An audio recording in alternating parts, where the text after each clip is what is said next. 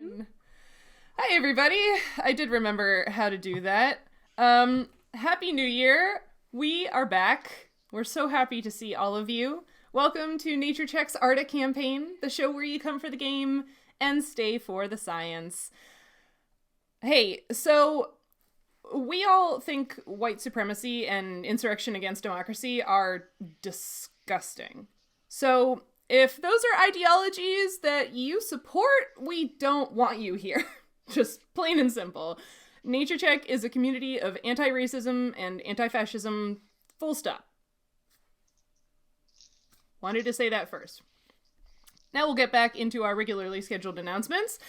Hi, I'm Sheryl, my pronouns are she, her, and I'm the Dungeon Master for the Arda Campaign. I'm also a PhD student studying ecology at the University of Illinois at Chicago, and when I'm not doing research, I'm also a science communicator and the host of the Roving Naturalist on YouTube. Next, we've got Ryan. Hello, I'm Ryan. I have a PhD in entomology. I'm in Pittsburgh. Until last December, I'd always said I did integrated pest management and plant health care at a nonprofit conservatory. But I just finished my first week of my new job doing the same sorts of things along with quality control for a medical marijuana company. So I've moved out of nonprofit into for-profit into a really cool new field. So that is what I'm up to nowadays. And in our game, I play Fletcher, who is a human wizard. Awesome. Then we've got Cindy. Hi, I'm Cindy, she, her. I'm a science enthusiast and play an Andorian engineer over on Heroes of Awesome Constellation on the Weirdlings Twitch and YouTube channels. Here, I am playing Nautia, the water method druid. Then there's Peter. Hey everybody, Peter, he, him.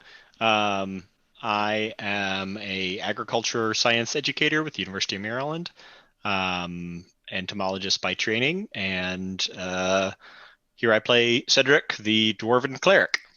And you remembered how to introduce yourself. I'm so proud. I know. Yeah, that was probably the smoothest it's gone. Yeah, I don't know. Ryan and Cindy did such a great example, so. Yeah. And then there's Nancy. Hello, everybody. My name is Nancy. I'm an entomologist, which means that I study bugs. I'm a master's degree, and I play a roguish young woman named Kay. I think I got all the things. I had very, very many much stellar examples ahead of me and still somehow managed to fail. Every time you say that, though, it gets more dramatic. I just really enjoy that. All right. If you are watching us live right now, thank you so much for being here. I see so many of our friends in the chat already. We are so glad you are back, and we are back with you. As always, if you have any questions for the cast, make sure to put them in the chat so we can respond. And of course, be sure to check the reference section down below for the social media handles for the entire Nature Check cast. Don't forget, if you're not able to watch us live or you want to share us with your friends, you can, as always, find the sessions for our TTRPG games in video form on our YouTube channel and in podcast form everywhere. Follows, subscriptions, comments, shares, reviews, blah, blah, blah, really help us out on all of our platforms, so thank you for doing those things as well. Oh, hey, did you notice that there's something else in the reference section now? All of you who are in the chat probably did already, but go check out the reference section because we have a Discord now. You can follow the link to join a server with channels for our fans to chat about the shows, post art and memes, and ask the cast questions. We would love to see you there. Okay, so let's review where you all are in your adventures since it's been a minute. Your group has been through a lot. 4 of you, Kay, Lucanus, Cedric, and Fletcher, left New Seychester on the 12th day of Bloom Run, boarded a ship, and sailed across the Coquerel River to the rainforest on the river's western bank. There, you met Nautia, who is also invested in figuring out and halting the source of pollution degrading the river. The 5 of you traveled through the rainforest, visited a subterranean temple where you apparently completed some sort of ritual, and made it to the hill country at the base of a large mountain range. After helping some myconids protect their fungus farm, you moved into the grasslands, where you fought alongside some gnolls rebels against a necromancer who had usurped control of a clan. You then discovered that the river's pollution seemed to be emanating from an underground tributary whose path appeared to go north under the grasslands. Following the approximate path of this underground river, you met some Murium and learned about pop bugs, or beetles that have some connection to the ethereal plane. Your group discovered a second subterranean temple beneath the grasslands, where you uncovered a strange prophecy and lost a member of your party, Lucanus. You continued to travel in your grief and were almost injured in a prairie fire being used by some goblins as a hunting method, then fought two strange monstrous insect creatures, one of which dragged Nautia down into its tunnel and almost ate her. Last night, you came to the edge of the grasslands, and Nautia saw the lights of campfires in the distance to the northeast. It is now the morning of Telosum, the 4th day of Brightrun, and you are waking up at a campsite on the transition zone between the shortgrass prairie and the desert. Has anybody been sleeping in the tent? Cedric is not. Who has the tent? I think me. But I would have given it to somebody else if they had asked. Oh, I feel like Cade would have definitely I asked. think Kay did. It was the one person like pup tent, right? It fit two. Yeah, it's that one time. It's technically a 2-person tent, but it's 2-person tents are really small, so yeah. Yeah. So You gotta like the other person a lot. Yeah, if Kay wanted to sleep in there, she probably would have slept alone unless you would have allowed like Nautia to sleep in there. Okay, so is anybody sleeping in it or not? Depends on Kay. Yeah, I'm sleeping in it. Okay, you're sleeping in it. Do you guys remember who was on the last watch? No. I think I was. Were you?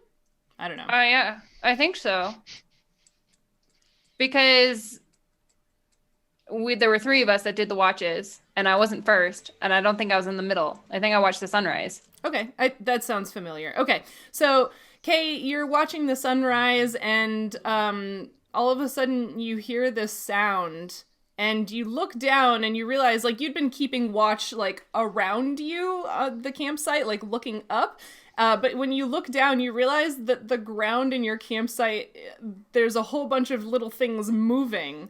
And as you take a closer look, you realize that there are quite a few scorpions moving amongst you and your friends where you've been sleeping. Kay screams, obviously. And it like jumps up and is like trying to like tiptoe around them while like flailing and screaming. Mm-hmm. So if you'd go on to roll 20... I hate bugs. There are many tiny scorpions all over the campsite. Can I try and step on one? Didn't I roll a show them perception to check you. last time? Yes. I don't know. It's a new day. It's a new day. There we go. 8 tiny scorpions. I try and step on one. Okay. Are they actually tiny, or are they like steppable tiny, or are they like Cedric tiny? No, Cedric is still medium. Nautia is small, but tiny is after small. So they're smaller than Nautia. Squirrel sized, or I think so. I think that's like, yeah, right. I want to know how, like, I want to know if it's like physically possible to try and like squash it. I think tiny is like squirrel sized. You could squash a squirrel. Sure. Kay tries to squash it with her foot. Okay, roll an attack. This will be your base attack bonus and your strength. What am I rolling? Sorry. Your base attack bonus and your strength. But we'll treat it as an unarmed strike, so there'll be a minus to it. I was distracted thinking about the feasibility of like stomping a squirrel-sized insect. Sorry, my brain was not computing. And base attack. God, I haven't used this thing so long. Hold on. I got this. It's here somewhere. Strength. That is not excellent. Well, we're gonna. Uh-oh. Yeah. So your base attack bonus plus your strength. Oh, there it is. D20 roll, and then subtract 4. And subtract 4. Yeah, because God damn it. Unarmed strike. 1 minus 20 minus 16. Because you're doing it with your foot, 16, you hit. unarmed. I have a shoe. Stop that. That counts. I'm wearing shoes. I'm probably wearing giant platforms. I stomped the shit out of that thing. Roll me a d4 for your damage for your unarmed strike. I got a 3. You got a 3. You mostly crush it, but it appears to still be alive. It is not actually all the way dead. Can I kick it? Did you say they're tiny? Yes. Was the size class? Yes. I just wanted 2 feet. Yeah. That's what I Well, thought. I squashed that 2-foot big. scorpion Bigger real than a good. squirrel.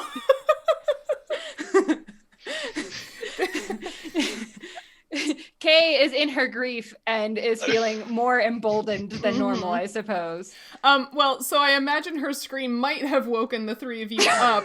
So if you'd roll initiative. Does she have guts, like scorpion goo on her shoe? Absolutely. Awesome. She can, her other non-moving whatever action is looking and being grossed out. Mm-hmm. Biker Dave asks if it made a sound. I don't know. Do scorpions make noises? I don't think so. Can't they stridulate? Can they? The Can they? squash? It's being squashed. Yeah, the squash would make a noise. Well, yeah. But the Like it would make scorpion like a crunchy, themselves... squishy noise. Yeah, paint us a word, or do some Foley. What does a squashing scorpion sound like? Who are you telling to do that? You're the DM! Oh, okay. Apparently there is a hissing scorpion. Oh. I'm on the internets. I decided that I can use Google. We're all on the internet. That's kind of what this whole Yeah. thing is. Oh Yeah. my god. So there are about 2,000 scorpion species, and most do not make a sound, but some of them stridulate. Marvelous. Sarah says maybe if it would scream like a lobster if you boiled it. But that's not what we're doing. Or maybe it will be what they do. I don't know. Roll some initiative. I'm going to use this cool D20 that Andrew sent me. Thanks, Andrew. If you're still there lurking. Hold it up to the screen. I didn't see it. I was too busy looking up scorpions. It's cool. It's like orange and with Pretty. some bronze. Mine is like blue and gold and sparkly because sparkles. We are dice goblins. Do I also roll initiative? My brother-in-law after- got me a new Yes. dice for Christmas. Ooh, that's a pretty one. Oh. Andrew, Me this die and does not Nancy's roll match. very well.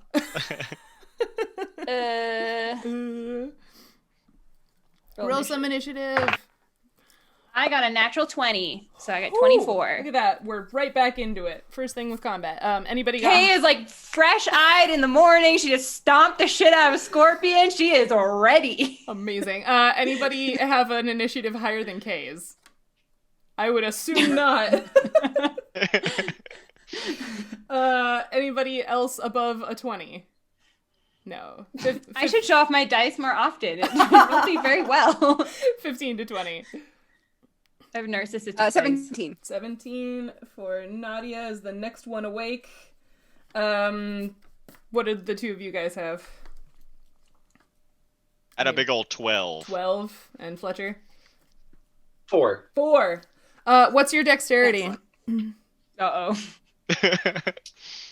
14. Okay. So you go before the scorpions. Well, that's good. Because they also got a 4. It's morning. Fletcher, So faster than a scorpion.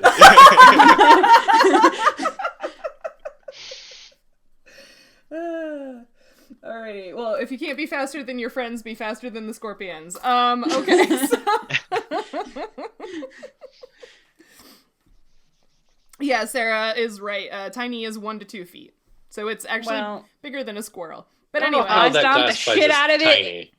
It's long. It's probably very flat, Oh, though. sure. Scorpions are very flat, Yeah. so still able to do the squashing. Absolutely. Yeah, it's, yeah. Yep.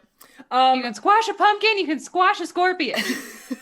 Alright, Kay, it is your turn again. There's one mostly dead scorpion, and then 7 more scattered throughout the campsite. Well, I guess I'll try and swing my sickle at the thing that's in front of me. Okay, the one that you just stomped on?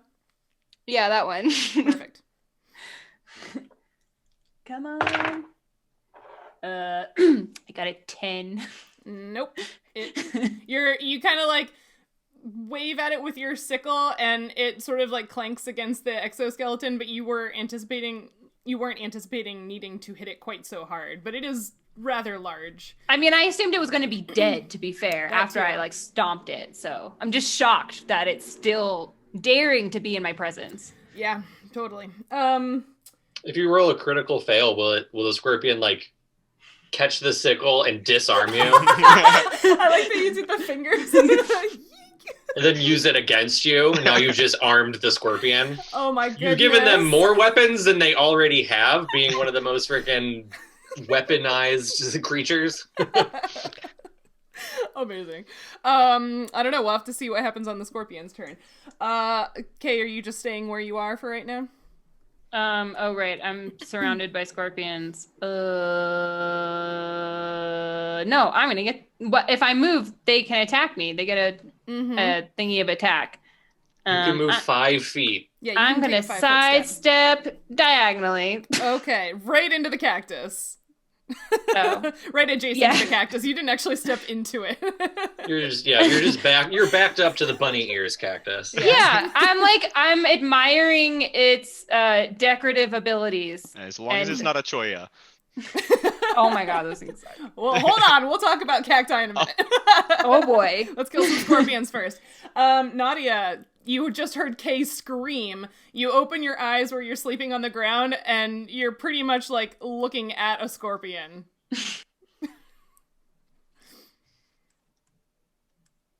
Okay. I think I can do this. I'm just making sure. Yeah, I'm gonna step. I'm gonna step sort of back. Over this way. Okay, so and you then move more than 5 feet. Did you intend to do that? Is that more than okay? Yeah. Yeah, let's just do this one then. I'm trying to I'll get the fire, but I think I can do this without hitting any of my friends. I want to use my breath weapon, the 15-foot cone of caustic liquid, which will just do the stair step story where all of those scorpions are, but stop before it hits Cedric. Okay. Can I do that? Yes. Since you moved 10 feet, you are going to take 2 attacks of opportunity from those little scorpions right there. Let's see if they can actually hit you.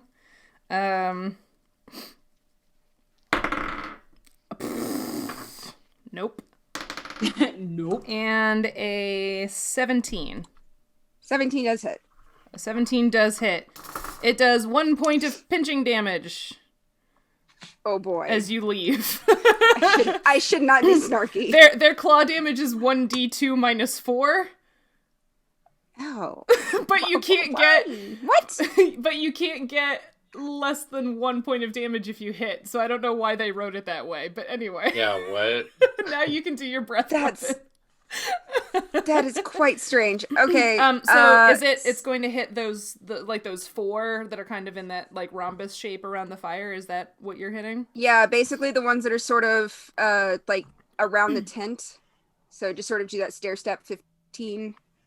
Oh wait, so like so it'll get this one and this one and this one? Yeah.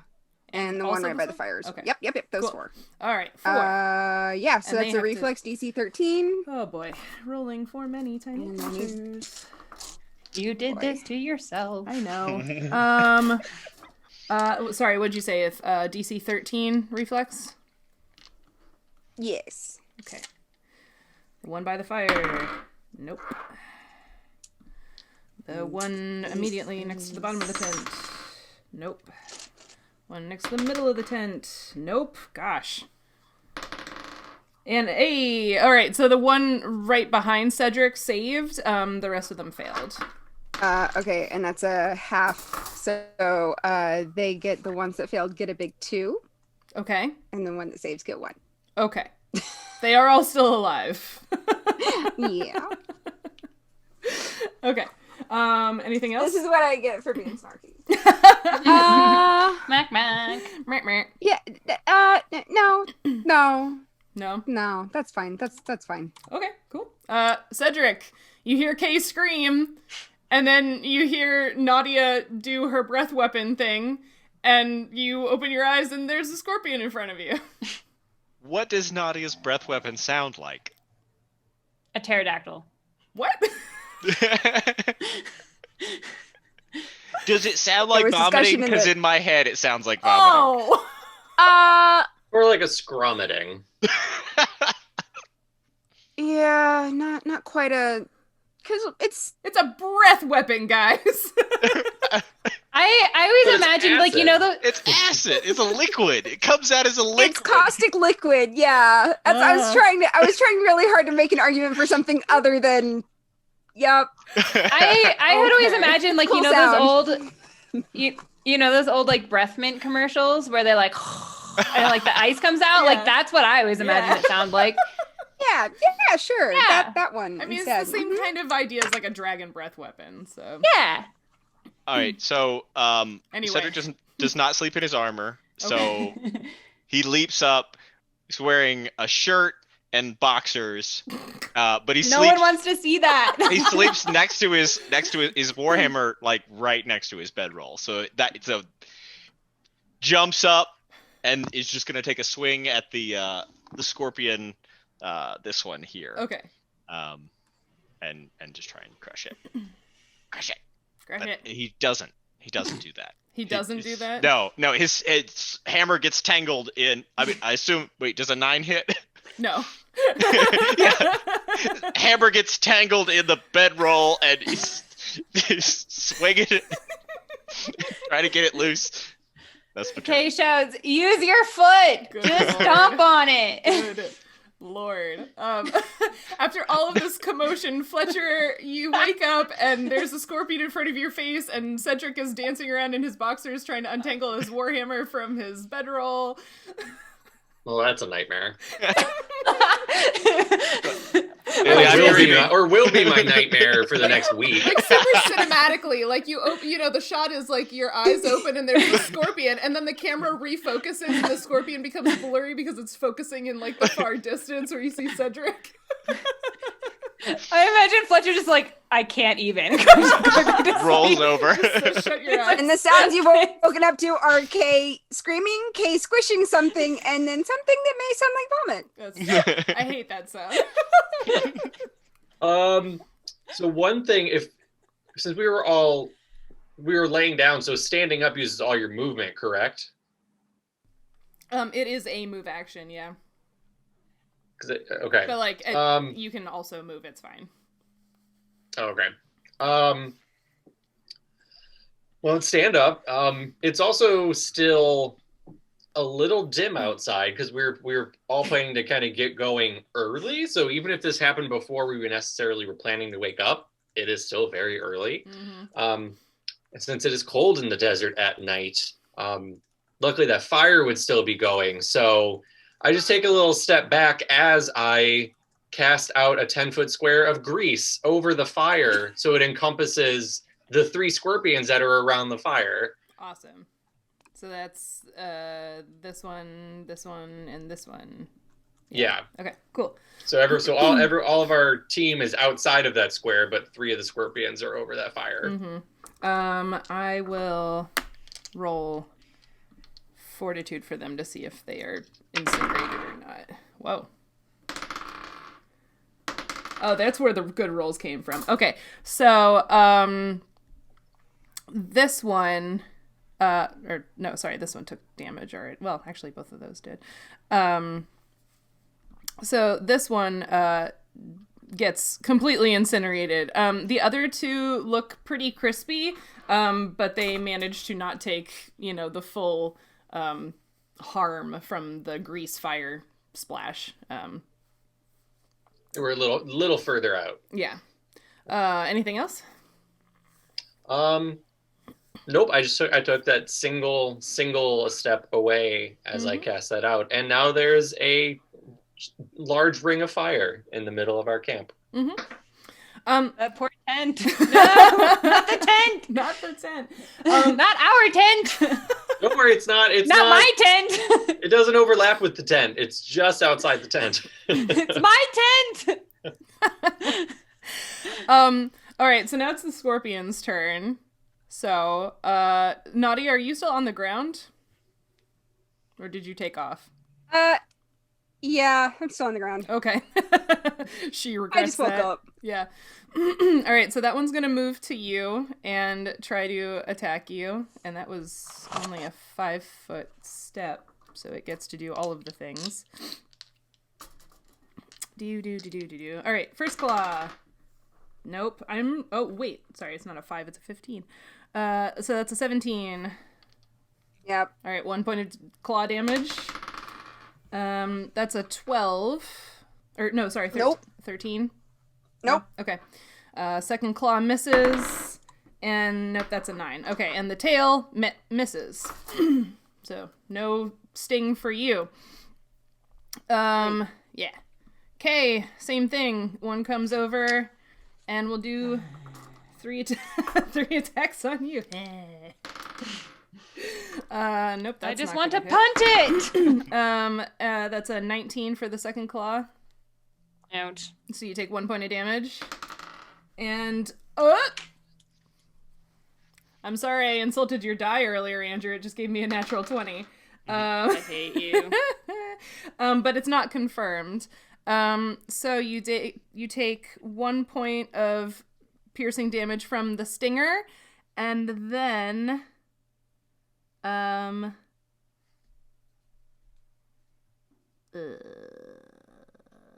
I would like to make a case that the Centroides scorpions actually have 2 kinds of venom. One to kill their prey, and another which just attacks potassium ion channels and makes you hurt, but doesn't do any tissue damage. So I'm gonna hope that's what it's gonna do. Sure. Make a fortitude save.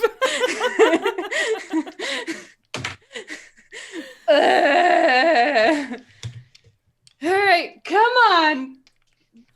Blue glitter die. Oh, I got a natural 20 plus 2, 22. Okay, you take no poison damage. Dodge, dodge, dodge, dodge. Like I said, they just trigger the potassium ion channels and it hurts. Okay, yeah. Yep. I scienced my way out of that one. Yep. All right. It was 1 point of stab damage. Piercing damage, yeah. Fletcher, you're gonna get 2. And Cedric's gonna get 3. Because he's making a commotion. A ruckus, if you will. First, the ones against Fletcher. That's a 19 on the first claw, so that's 1 point of damage.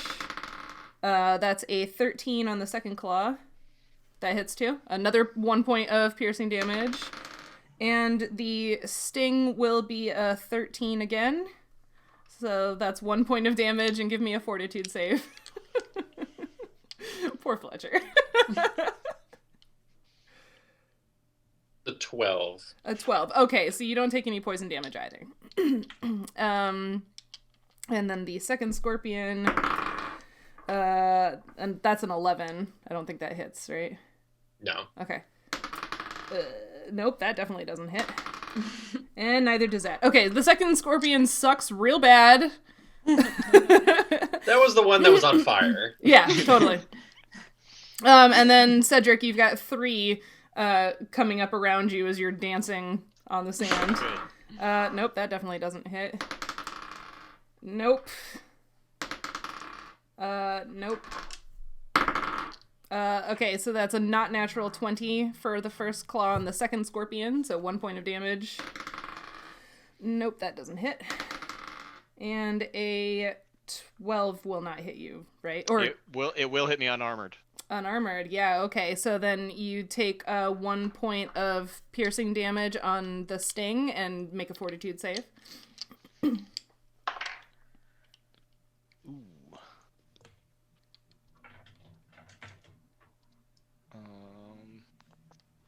It's a 15. Okay, so you don't take any poison damage. And then the third scorpion, 1 point of damage from the first claw. Nope. And nope. Okay. So that's it. And now it's Kay's turn again. Oh, damn it. All right. Well, I guess I'm going to try and swing my sickle at this thing again. Okay. The one that's obviously right in front of me. Mm-hmm. Alright, let's do this. Well, I missed. You missed? Yeah, Bummer. Okay. bummer. What are the rules for shooting point blank? Can you shoot your bow point blank? You get a penalty unless you take the point blank feat. I think I know what I'm gonna take. Yeah. I have excellent feats. I stomped on a scorpion. Yep. Okay, Nautia, what have you got? Oh wait, can I move back again? Yeah, sure. Nerk. Skirting the cactus. Yes, I do. I don't think I want to go through it. I think it might damage me. Kay's using her big brain. I'm gonna hit that one in front of me with 2 claws. Okay, do it. 24 and oh boy, math, 15. Heck yeah, both of them. Both of them? Yep. All right.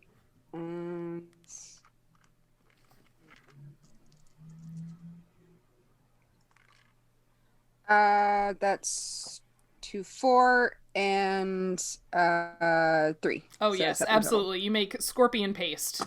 Good. And then how far can I fly? Is that your full round attack? Yes, so that's the full round. So you can only take a 5-foot step after doing a full round attack. Okay. Yeah. Then I will take a 5-foot step toward the rest of the people.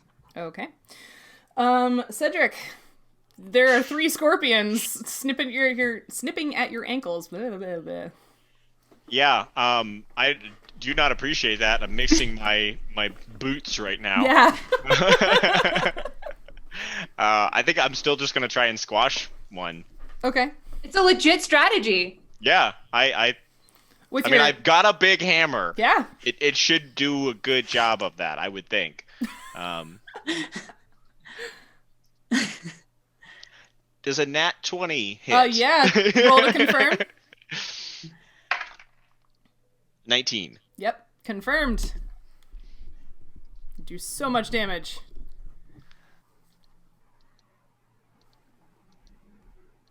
I'm not even sure. Wait.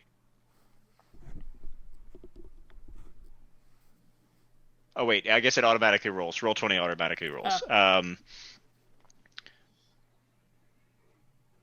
So that'd be 15 damage. Yeah, okay, yes, absolutely. Their scorpion bits go flying everywhere as you bring your hammer down on it.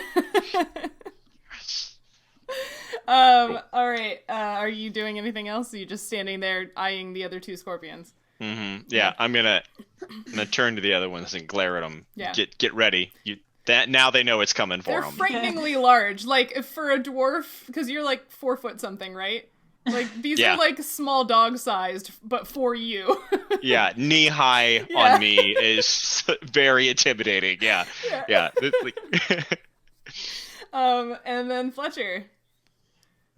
So there is one scorpion still standing in the fire, technically.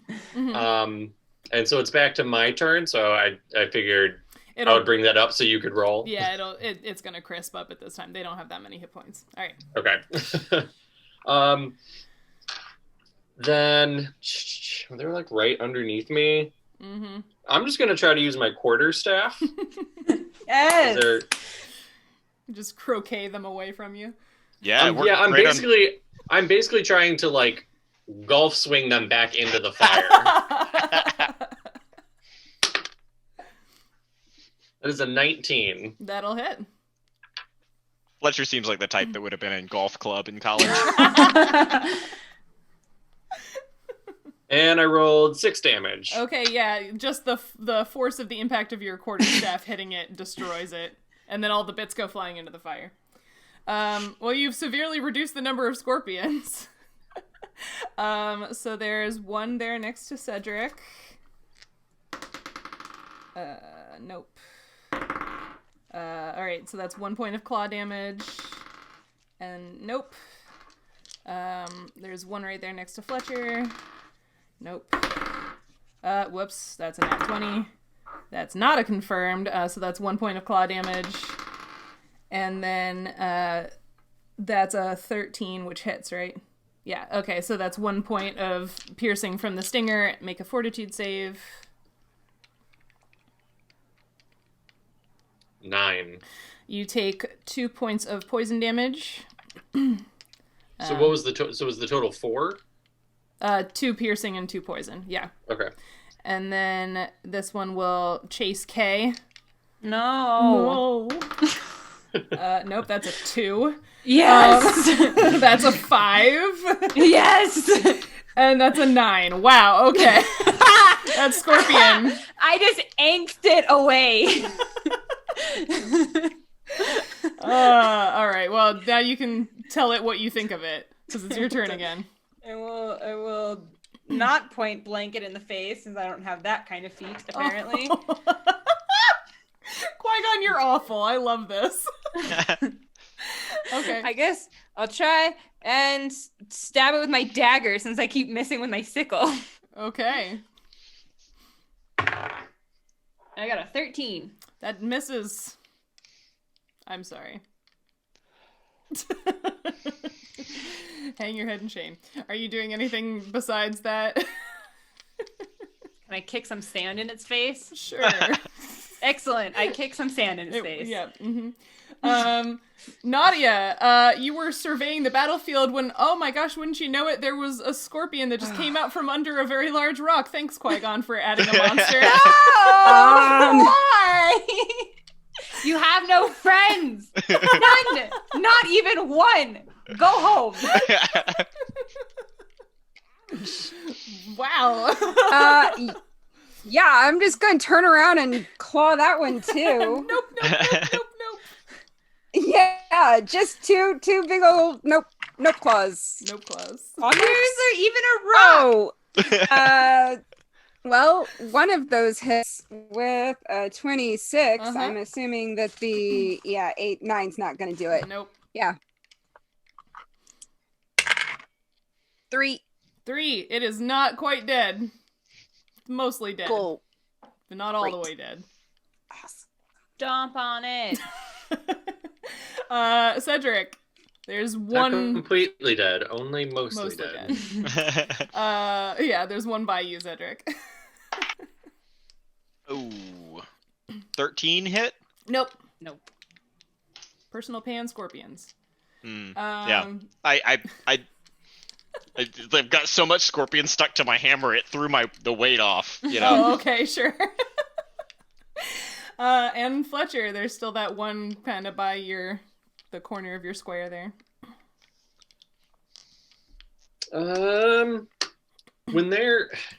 So I'm still in.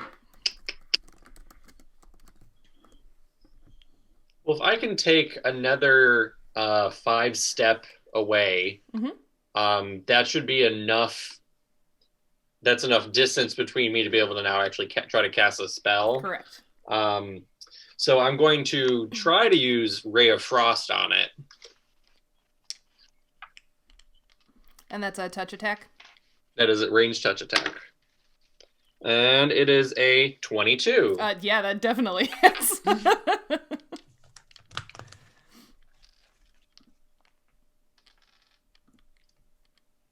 And it does 3 cold damage. It is also dead now. Just sort of curls up. And then there are only 3 scorpions remaining. So we'll do the one against K first. Nope. No. 3. No. 9. No. And nope, and a 10. Yes. Done. I imagine Kay is actually just flailing so wildly and like stomping her feet around that it just is missing. Not from any like fault of its own. Kay is just absolutely panicking. Yeah. While also trying to not hit the cactus that she's right next to. Yeah. Absolutely. Well, that's happening on one side of the cactus. On the other side of the cactus, there's one engaged with Nautia. That is going to be an 18. So that's one. Yes. Yes, so that's 1 point of claw damage. That's a 16. Equal as a hit, yeah. Yeah. So that's another point of claw damage. And then that's a 10, so that won't hit, right? No. Okay. And the last one against Cedric. That's a 10. That does not hit. Does not hit. That's a 19. 1 point of claw damage. Okay. And nope, that's only an 8. Okay. Kay. There's still this one just chasing after you. Okay, so if I take a 5-foot step back, can I use my bow, or is that too close? Yeah. Okay. I mean, I think that's okay. Yeah, because it's not. Yeah, I think so. Okay. Yeah. I'm trying point blank, but not point blank this thing. Come on. I got a 13. What You the miss. Sorry. No good. Nautia, the one that came out from under the rock is still there in front of you. Yeah, I'm gonna. Yeah, I'll hit it with. I'll just hit it with both claws again. Mhm. 24 and no. 24 and no. Yeah, you don't even have to roll. It only had 1 hit point left, so you slash it to Yeah, that's right. pieces. Good. Cedric. All right. I'm gonna try again. Oh, I am before I'm done. I'm gonna move over towards Kay's scorpion. Okay. What was that? Dirty 20. A dirty 20. That hits. I I think this one's already taken damage too. Yeah. 4 crushing Yeah, damage. absolutely. You smash it. Yep. Mm-hmm. Yeah. Fletcher. Unless Cedric wanted to move. Nah. No? I'm good. Okay. He's good. Well,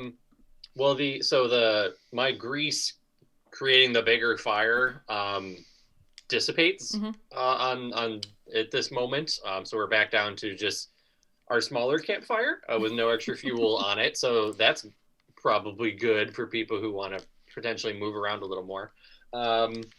And yeah, but I guess I'm going to run over and try to hit the last one with my quarterstaff. Because Kay is still like right over there, and so I don't want to fire a spell. So I'm just gonna try my quarterstaff. Amazing. I imagine there's gonna be a bunch of people standing around this thing, which actually is not that small, whiffing and just hitting the sand. So it's just that like, and like no one can hit a 2-foot long scorpion. Well, some of you were hitting it and just glancing off of its exoskeleton, so. Well, I didn't hit it, so. Okay. This one's tricky, right? Yeah. I got the tricky one. Oh, man. Is it gonna go for which one of you? Because it's like right in between 3 of you, huh? Okay, yeah, it's still chasing after Kay. Apparently she's God the damn it. prime target. No! I used my die with the bees on it that Ellen gave me. Thanks, Ellen. I love them. No. They're beautiful. Spit on it.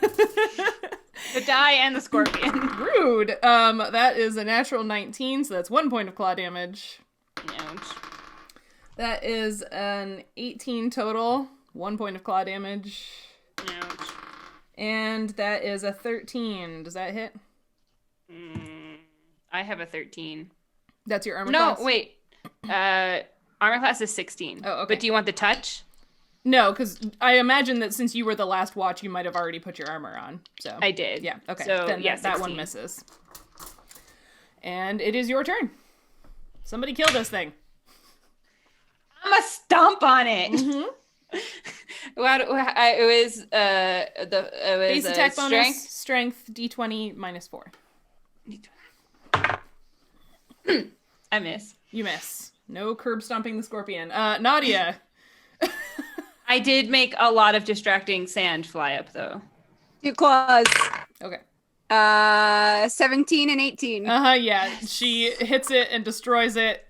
And now you are all standing a little out of breath as the sun is beautifully rising on the eastern sky with all of these scorpion bits just scattered all over the campsite.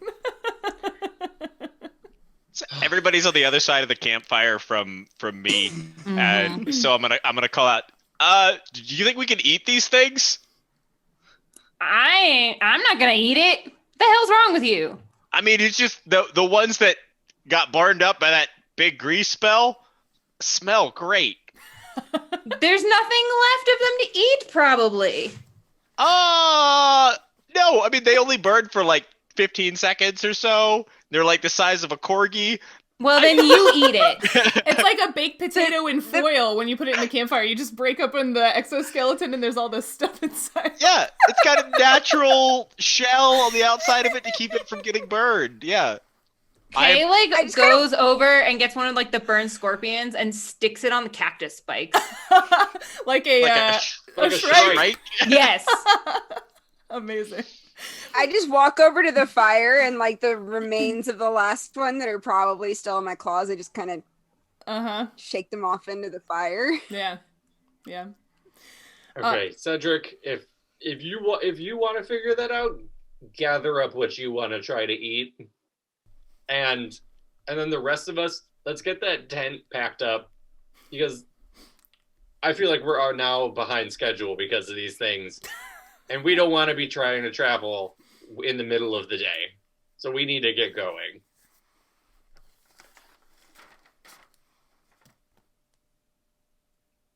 So I want to do that. Yeah. Okay.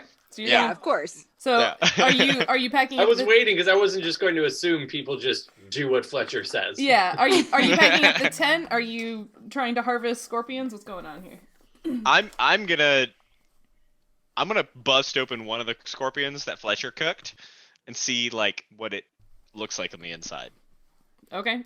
Yeah, it looks like bug meat on the inside. I don't know how to explain that. Like Yeah, not a whole lot of muscle. Yeah, because there's like- so much hydraulics and it's not a whole lot of muscle. Yeah, like Yeah. I don't know, they have some like fat bodies, but like Those legs are like solid muscle though. Like, and the There'd be Yeah, you enough can- connected, the whole yeah. kilopeds are solid muscle too. So, Well, you could, like, take one of the legs and, like, eat all the meat out of it and then use the leg as a straw to, like, suck up the liquid stuff. wow.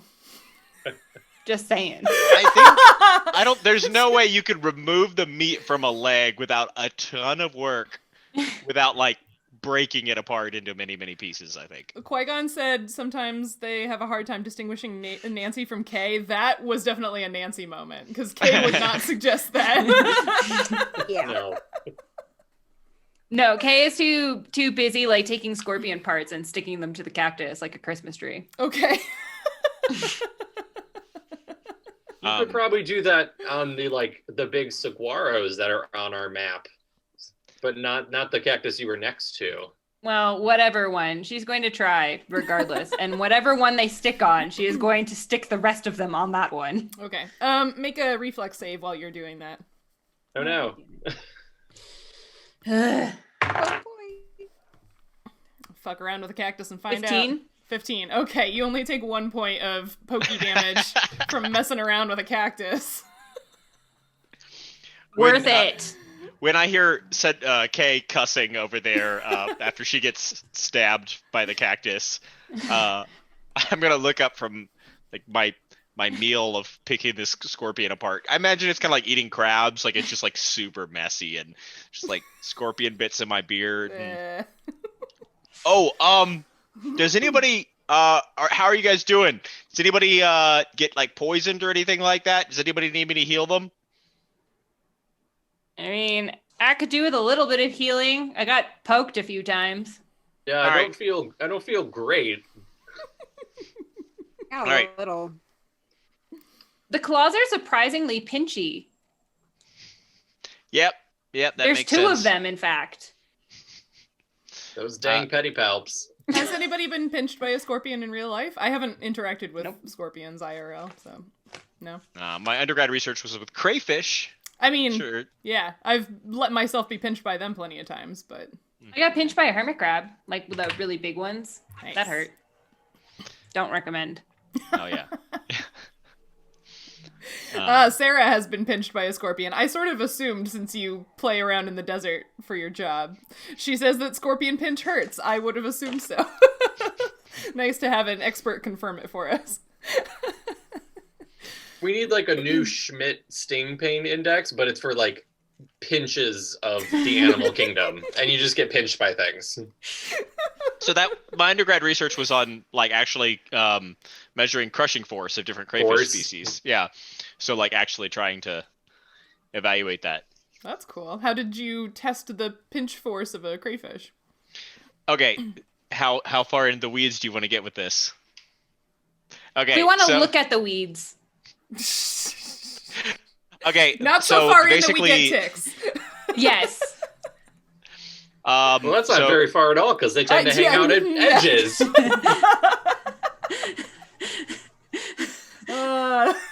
Anyway. I'm curious. Yeah. Continue with your very close to observing the weeds, but not in the weeds explanation.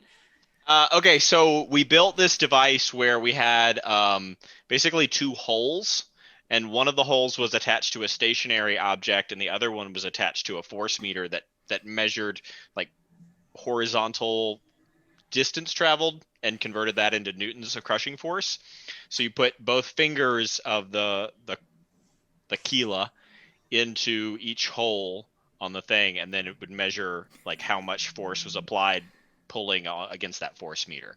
But the whole premise of the research was actually there was a paper that came out there. So this is not, people have done this for decades, right? Of measuring different crushing forces of different species of pinching animals. Mm-hmm. So a lot of crab research, mostly how it's done. But some of them basically they'll build these devices. Everybody has a different device, right, that they've built. They're all custom made. And some of them, it's a set distance between the two little things that are being pulled together. And sometimes it's movable. And basically, if you have a set distance, which is the most common way to design these things, then you're measuring different mechanical advantages for different sized animals. So if you think about like a pincher like this and your two halves of your force meter are like this, and you have a tiny little pincher, then they're stretching super, super wide to reach the two holes in your force meter. And if you have a really big pincher, then they're it's super easy. So you have to scale that distance for different animals. So basically I was using crayfish as a model to prove that, to show that if you didn't account for the distance between the two fingers, basically a calculated maximum stretch, which we called gape distance, and then broke that up into percentages, and showed that about 30% gape is where they have the ability to produce the maximum amount of crushing force. So like if they're hyperextended, like this, you don't have as much lifting force as like here, right? Because it's all about muscle fiber overlap and lever length and all this kind of stuff. So basically showing that, which, proved that there were a couple of interesting papers that were bullshit. had bad conclusions. Well, that's cool. Yeah, so that was fun. Neat.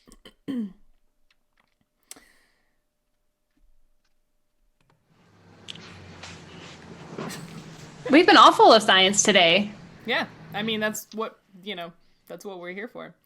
That's kind of our vibe. All right, Cedric, you had offered heals. Are you actually healing anybody? Mm-hmm. Yeah, I'm like as everybody is kind of admitting to needing heals, Cedric is like gesturing people to come over to him, but his hands are all like covered in like greasy scorpion guts. So it's like, I don't know which of you are gonna come forth and accept my painful heals. Nautia is nonplussed by the grease. Can you do it with like, does it work with the less dirty back of your hand being laid on somebody? Sure. Can you use your foot? Yeah, your elbow. Yeah. I've never tried it before. We could try it. Oh yeah, let's do that. Try that. Oh god. Okay. Yeah.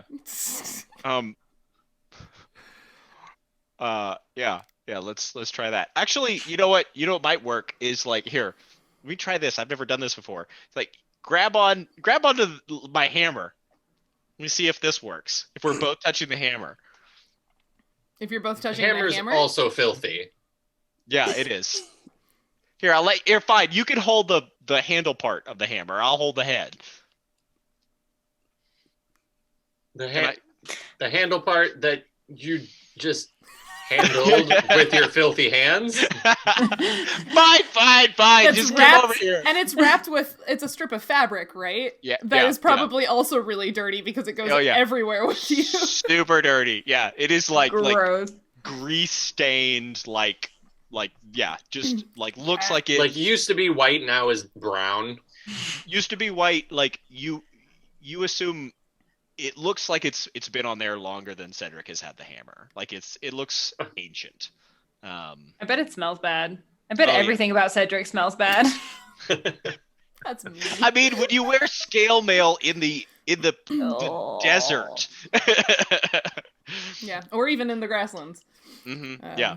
We all smell bad. I'm just saying. Yeah, I mean, I smell like roses. What are you talking about? You guys have not bathed in a while. Yeah. The last time there was a group bath was in the river, and Nautia took a bath in the Miriam village. But nobody else has bathed recently. I'm hoping that we're all like collectively like numb to our collective smells. Like it's like we've been so exposed to each other that it's just like every group that we encounter though has to be just like, oh Jesus. Yeah. Anyways, okay, yeah, I'm gonna heal everybody. Okay. It will not work if they're touching your hammer. You have to touch them with your physical self. But yeah. Okay. It doesn't matter Even what though part of you. You could touch them with your elbow or your foot or whatever, but like you have to touch I just them with figured yourself. since it was my holy symbol that it might like work through that. Well, your holy symbol is the wrap, not the hammer. So Right. That's why I was offering that to them, but since they refused to touch it. Fletcher, you healed for 8. Kay, also 8. And Nautia for 7. Nifty. Cool. I'm alive! Now, I'm packing up the get tent. Yeah, No, what? don't get into another fight today, guys. Was that it? That's I it. mean, it's a big chunk of my spells.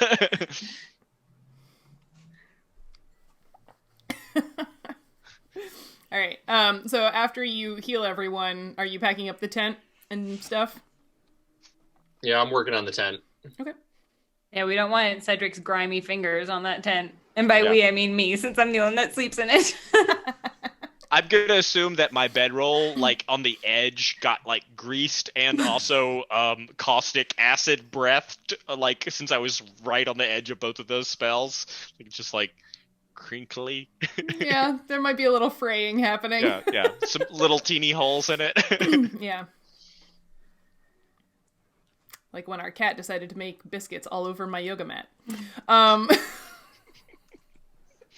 Anyway, what else are you doing?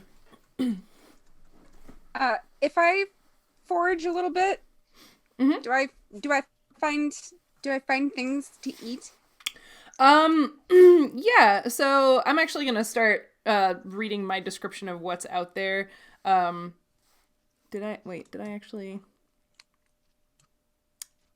Oh no, I didn't mention it in the description. But anyway, on some of the very prickly plants right here around your campsite, you notice flowers, and a few of them, instead of a flower on some of the sort of apexes, have a sort of purplish fruit, you think? It's a little dicey to get to the fruit because of the spines and such, but with your flying ability, you're able to sort of circumvent that for the most part. So yeah, you have a few prickly pear fruits that are the most obvious food right in this area. Are there cochineal insects on it? Sure, why not? Yay.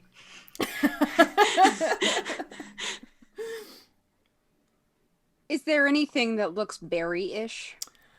Not here. Uh-oh. All right. Yeah.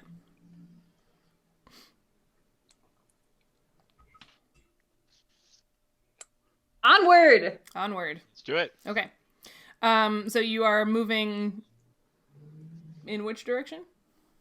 Towards the fires and the campy stuff. Okay, so to the That's northeast, where Nautia had seen those campfires. You are beginning to traverse the desert landscape in earnest now. All around you, you can see terrain and plant life unfamiliar to all of you, as none of you have spent any time in truly arid regions before.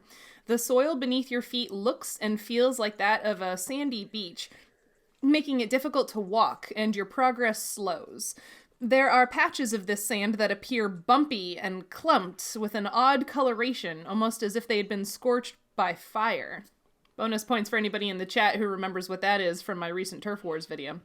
Though the sand predominates, you can also see small shrubs and odd plants with leaves that appear thick and broad, but with spines sticking out all over. Some of these prickly plants have bright yellow flowers growing on the edges of their leaves, and those are the same plants that Nautia found those purple fruit things on. Every once in a while, you notice taller plants, perhaps trees stunted by growth in a place with such limited water. These trees draw your attention, though, because their bark seems to shine in the sunlight. It's shiny!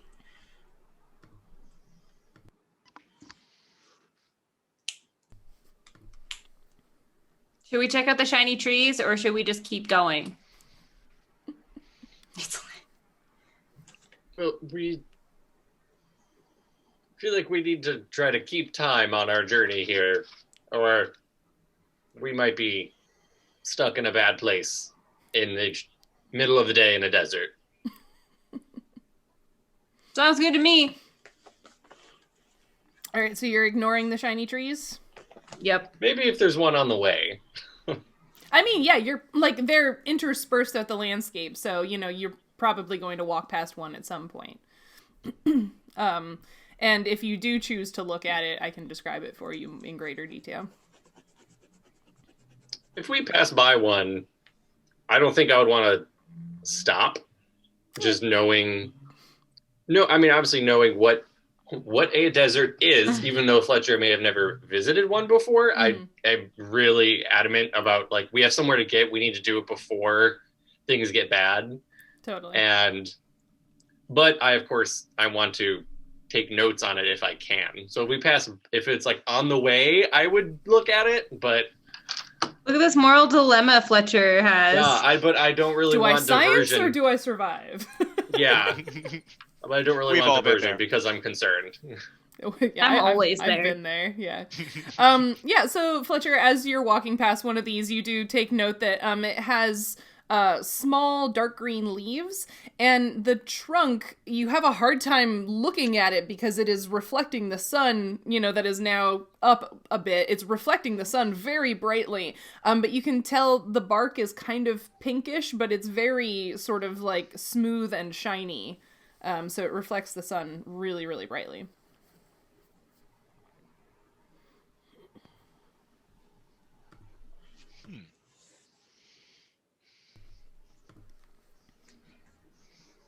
Interesting.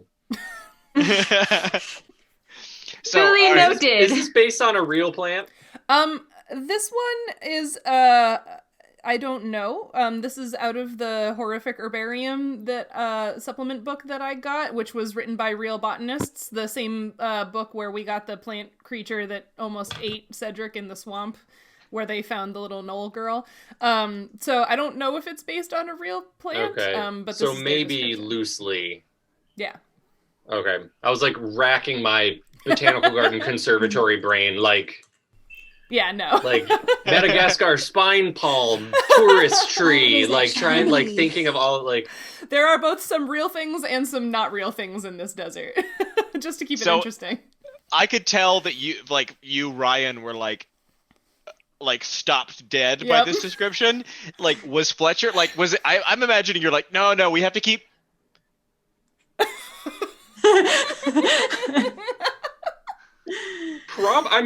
probably a little bit when we got close and it was that reflective, like literally like as bright as the sun, like a mirror, I was probably like, oh, that's very interesting. But at the same time, like, no, we need to get going. Because if it gets even hot out here and the sun is that strong and these trees are then reflecting the sun and amplifying it like that, we will cook. Like, yeah, it's reflective, like one of those, I don't even know what they're called, the things that people use to sunbathe. yeah, the things they used to like to scorch themselves with cancer. Yep. Just poke it with your stick. You're the one with the hammer. I'm walking. I'm taking notes while I'm walking. Okay. Oh, writing while walking is so like... yeah. Cedric's occasionally reaching out to like grab you to steer you so you don't walk into a cactus. How are you balancing the book, the pen, and the bottle of ink to write? And his quarterstaff, Yeah. I imagine. It's like... Well, that's strung on my back, and if I'm holding my book flat, might not be going very fast while I'm trying to do this about this tree, but I'm looking up, going down, and balancing the inkwell on the page. Trying to hold it as flat as I can. Probably only doing that for a little bit and then giving up, but... I was gonna say, I was wondering if I should make him roll for rocks, but we'll leave it. No, that would have very quickly become like, okay, I'll write about this later. Yes, Emily, like the corn maze we did together in the dark. Okay. That sounds amazing. Yeah, it was for a video. I wanted to test my sense of direction, so we went to a corn maze in the dark of the night, and then I blindfolded myself, and she walked with me around in the corn maze. Emily's a trooper. Okay, so Cedric, are you going to mess with the tree, or are you good, just keeping on walking? Nah, I don't care about big vegetables.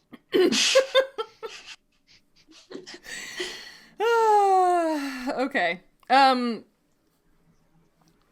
Nautia, you can't help but scan the sky as well as the ground while you're traveling. You are, by default, the group's lookout.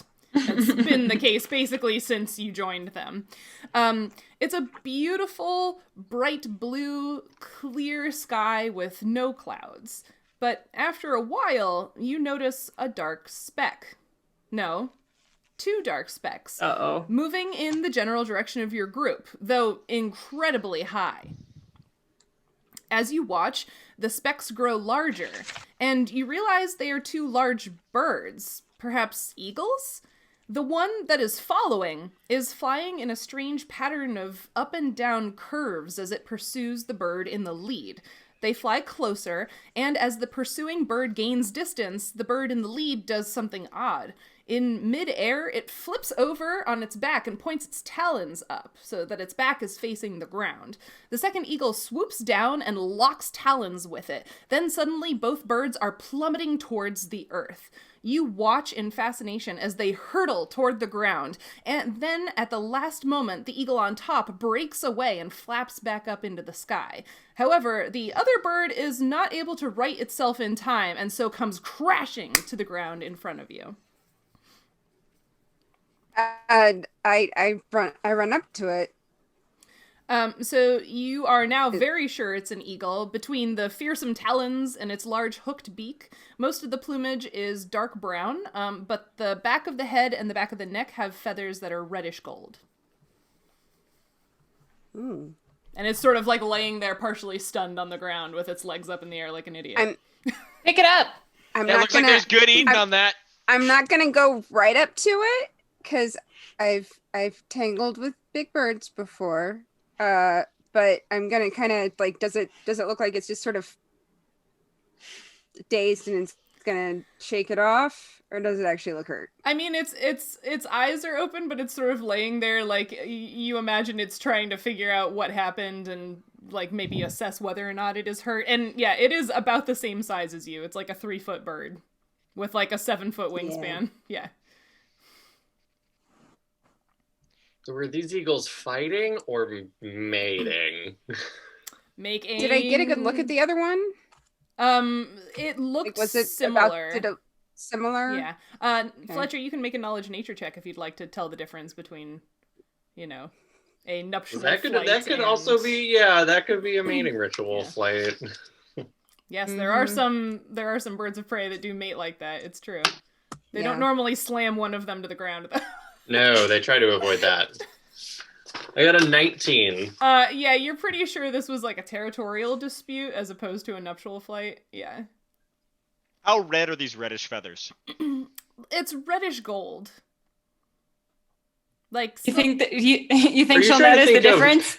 Yeah, are you trying to pass off red feathers from the jungle? I mean, this Or bird is basically dead anyways. It would be a shame to let it go to waste. Are you just gonna kill it? Well, aren't we We gonna kill could some of eat those it. parrots back in the jungle? We could just kill this bird. We can take some of its feathers And all that meat. and all that meat. I am ignoring this conversation behind me I figured and as sort much. of Although if it's a bird of prey, it hopping might around the taste bird terrible. and kind of waving to see if I can get it to kind of focus. Yeah, it tracks the movement of your hands and you with its head, and it sort of starts to like roll over, and you can see it looks like some of the feathers at least have been crushed on one of the wings. You're not sure if maybe that wing, internally was injured in some way during the fall, but it looks like some of the feathers are a little like, askew. Can I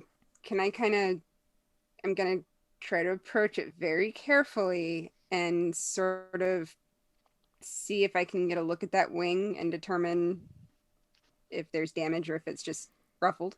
Give me a handle animal check. Alrighty. Druid.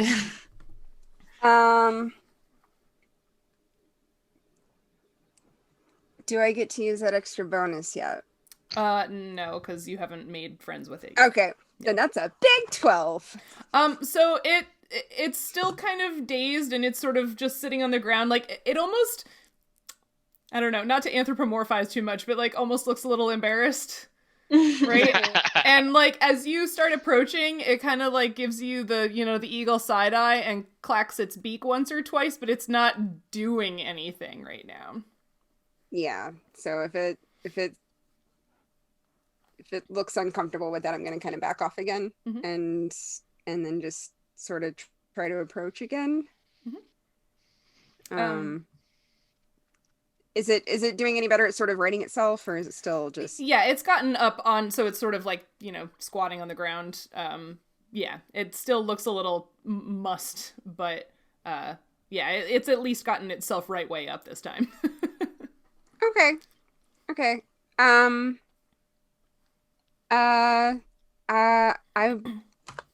gonna fly up and hover a little bit and see if I can get it to sort of also try to go to fly to see if that tells me what I need to know about its wing.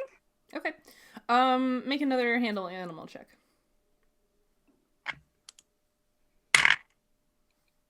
23. Wow. Okay. Yeah, so it kind of cocks its head and looks up at you, and it stretches out, and now you really get to see up close this 7-foot wingspan. It's a lot of bird. And it tries to flap, and the right wing seems just fine. Like, it looks as you imagine it's supposed to. The left wing doesn't stretch all the way out. And that's the one that has some of the mussed feathers on it. So they are asymmetrical, and it sort of like does that like a test flap, but it doesn't actually lift off. All right. Heal it. If you want me to put it out of its misery, you just let me know. No, heal it. Go away. Fix it. You can't kill an eagle. That's like bad luck. I'm gonna use Cure Minor Wounds. Okay. So you have to approach it and touch it again, right? Yes. Yeah. I'm gonna let you use the same handle animal check though, because you're starting to. Okay. Yeah. So I'm again very carefully gonna approach it and not touching the busted wing. Gonna touch the wing and give him 1 point. Okay. Yeah. So it sort of, you touch it and it sort of fluffs up a little bit. You know how birds will kind of like fluff up and then settle all their feathers back down, and sort of looks at you. And it doesn't clack its beak or move away this time. It's just sort of looking at you. I'm gonna fly up again Mm-hmm. and see if And what? and see if it also Okay. flies. Yeah. So it stretches out its wings again, and this time the left one stretches out pretty much all the way, and it kind of gives like a half-hearted flap. You imagine it might still be kind of sore from the fall, but after a moment it does sort of, the big flap and the way an eagle like kicks off with its feet, and it does sort of come up into the sky, and it goes, I don't know how high you were hovering, but like it goes up a ways, maybe 20, 30 feet. I'll follow it at least some of the way. Okay. Yeah, so it sort of goes up like 20, 30 feet maybe and does a little bit of a circle. When it sees you following it, it kind of like, continues to circle almost so that you two might wind up orbiting one another as it's trying to get a good look at you.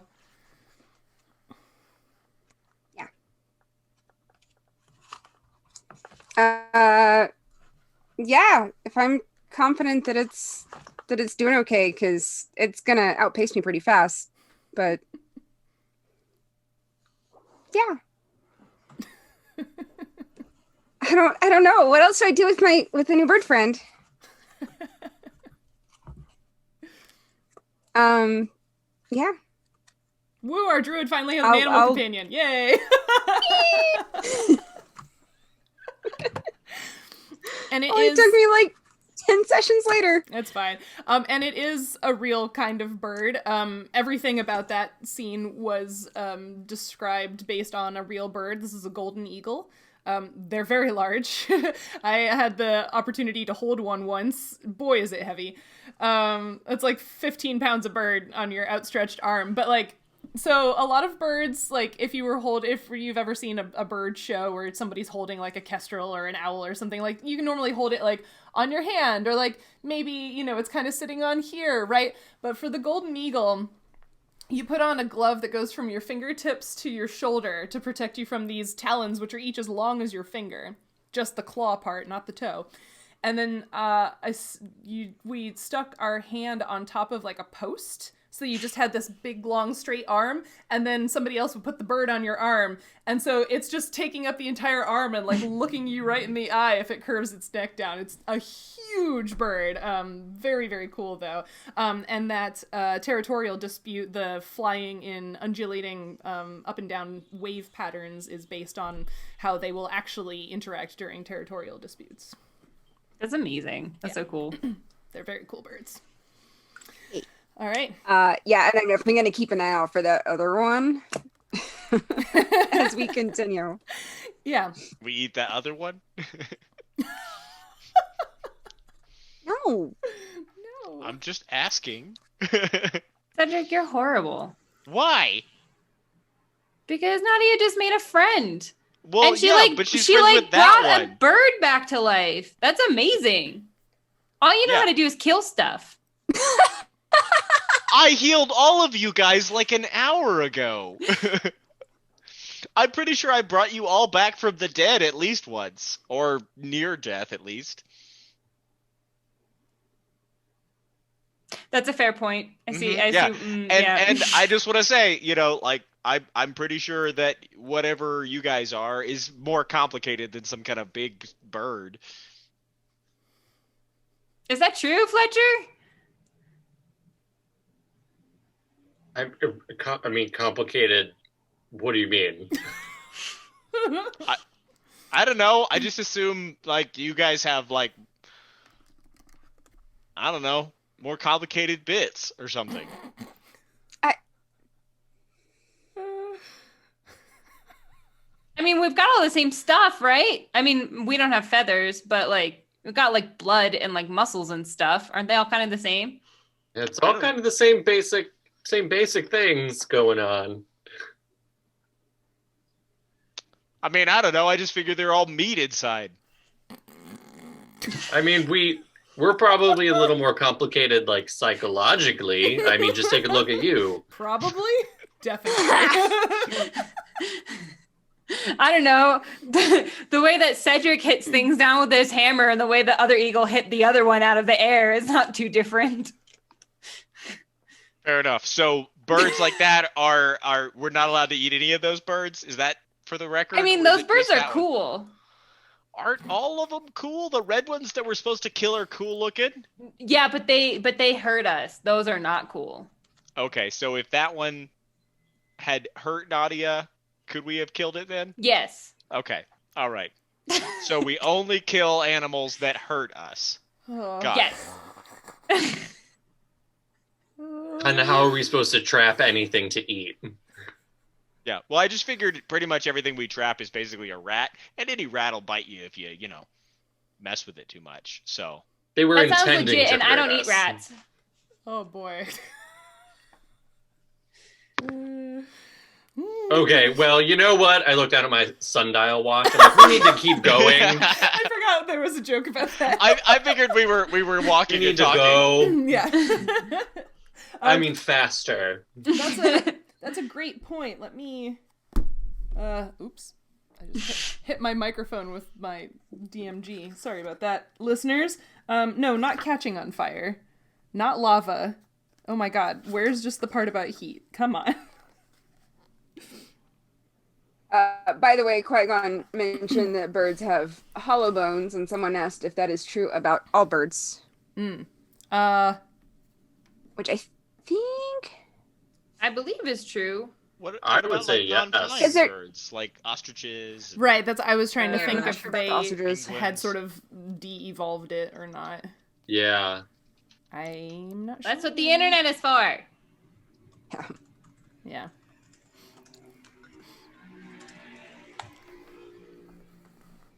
Zoom. Zoom. Since ostriches do not fly, many of their bones are like our own solid bone encasing a tube of marrow. Nice. Cool. From the California Academy of Sciences. Yeah, that seems like a good source. There we go. That makes sense. I wouldn't be surprised if it was true for penguins too, because like that might actually help them with, modulating their placement in the water column. We need a wildlife rehabber. Oh, for the eagle. You're right, Sarah. Yeah, the golden eagle that I had the good fortune to be able to hold was a non-releasable bird that had been injured in such a way that it could not survive in the wild on its own. It had sort of a freak accident injury to its throat. And when the person doing surgery to try to close the massive hole in its throat, like, sewed all the muscles back together, it caused the beak to, like, not meet correctly anymore. The two parts of the beak were off set from one another, and so it couldn't really like hunt or eat on its own. And a lot of the birds at that facility were fed like mice or chicks or something like that, but that bird had to get basically like steak cut up into chunks because it couldn't eat a whole animal. So that bird was very well fed.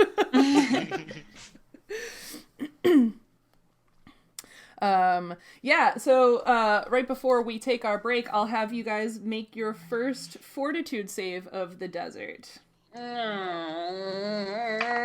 Because it is getting warm now that the sun is up and you've been traveling for a little while. It's getting hot in here. And something. Yes, you did. The last time in the Grassland Temple, you put fire in the troughs and you gained some resistance to heat damage. That's Yay. Some of us did. Nikki wants to know if Nautia will evaporate. So What Nautia's I not an did not- elemental. Yeah, no. She might get cranky, though.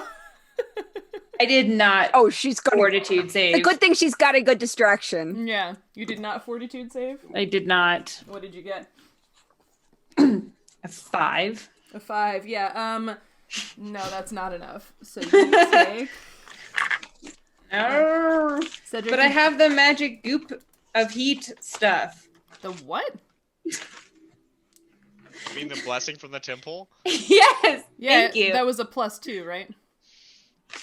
Yes. Yeah. I think. Yeah. I think that's what I told you. So that gets me up to a 19. Okay. So Nautia saves. Kay fails. Oh wait, that was to your fortitude, or that's for the damage that you get? It's a +2 on the fortitude save to resist. Oh, the I heat. see. Yeah. Then I got a 7. Okay, a 7. That still fails. Cedric? Damn. 23. 23. Wow. Fletcher? 19. 19. Okay, Kay's the only one who Working! fails right now. And oof, a 4 on a D4. You take 4 points of non-lethal damage. Track your lethal damage separately from your non-lethal damage. I did not make that on my fancy sheet. That's okay. Just, you have 4, Oh, I could do it in a different color. That's a good idea. There I you can go. do it in pink. Pink. Pink! There you go. 4 non-lethal damage from the heat. It is hot. So, is it like damage points, or do I subtract that from my max health? So it's still like subtracted from your hit points, but it's non-lethal. So basically, if you take enough non-lethal damage to bring you to 0, you become unconscious, but you won't be bleeding out and dying. Okay, but Right. if I take enough non-lethal damage to be low enough, and then I get poked in the face by a cactus, I could bleed out and die. It has to be majority lethal damage in order for you to be dying. Okay. Yeah. I was just like, I'm gonna get heat stroke, and then like, I don't know, touch a caterpillar and roll over and die. Actually, heat stroke is a good point. Like, yeah, even though they're calling this non-lethal damage, like if you were out in the desert for long enough and you did wind up getting heat exhaustion and then heat stroke, like you could just die from that. So Yeah, this is called heat stroke is dehydration extremely and bad business. yeah, yeah. So you know, the D&D made this less deadly of all the things. Kay is trudging her feet a little bit.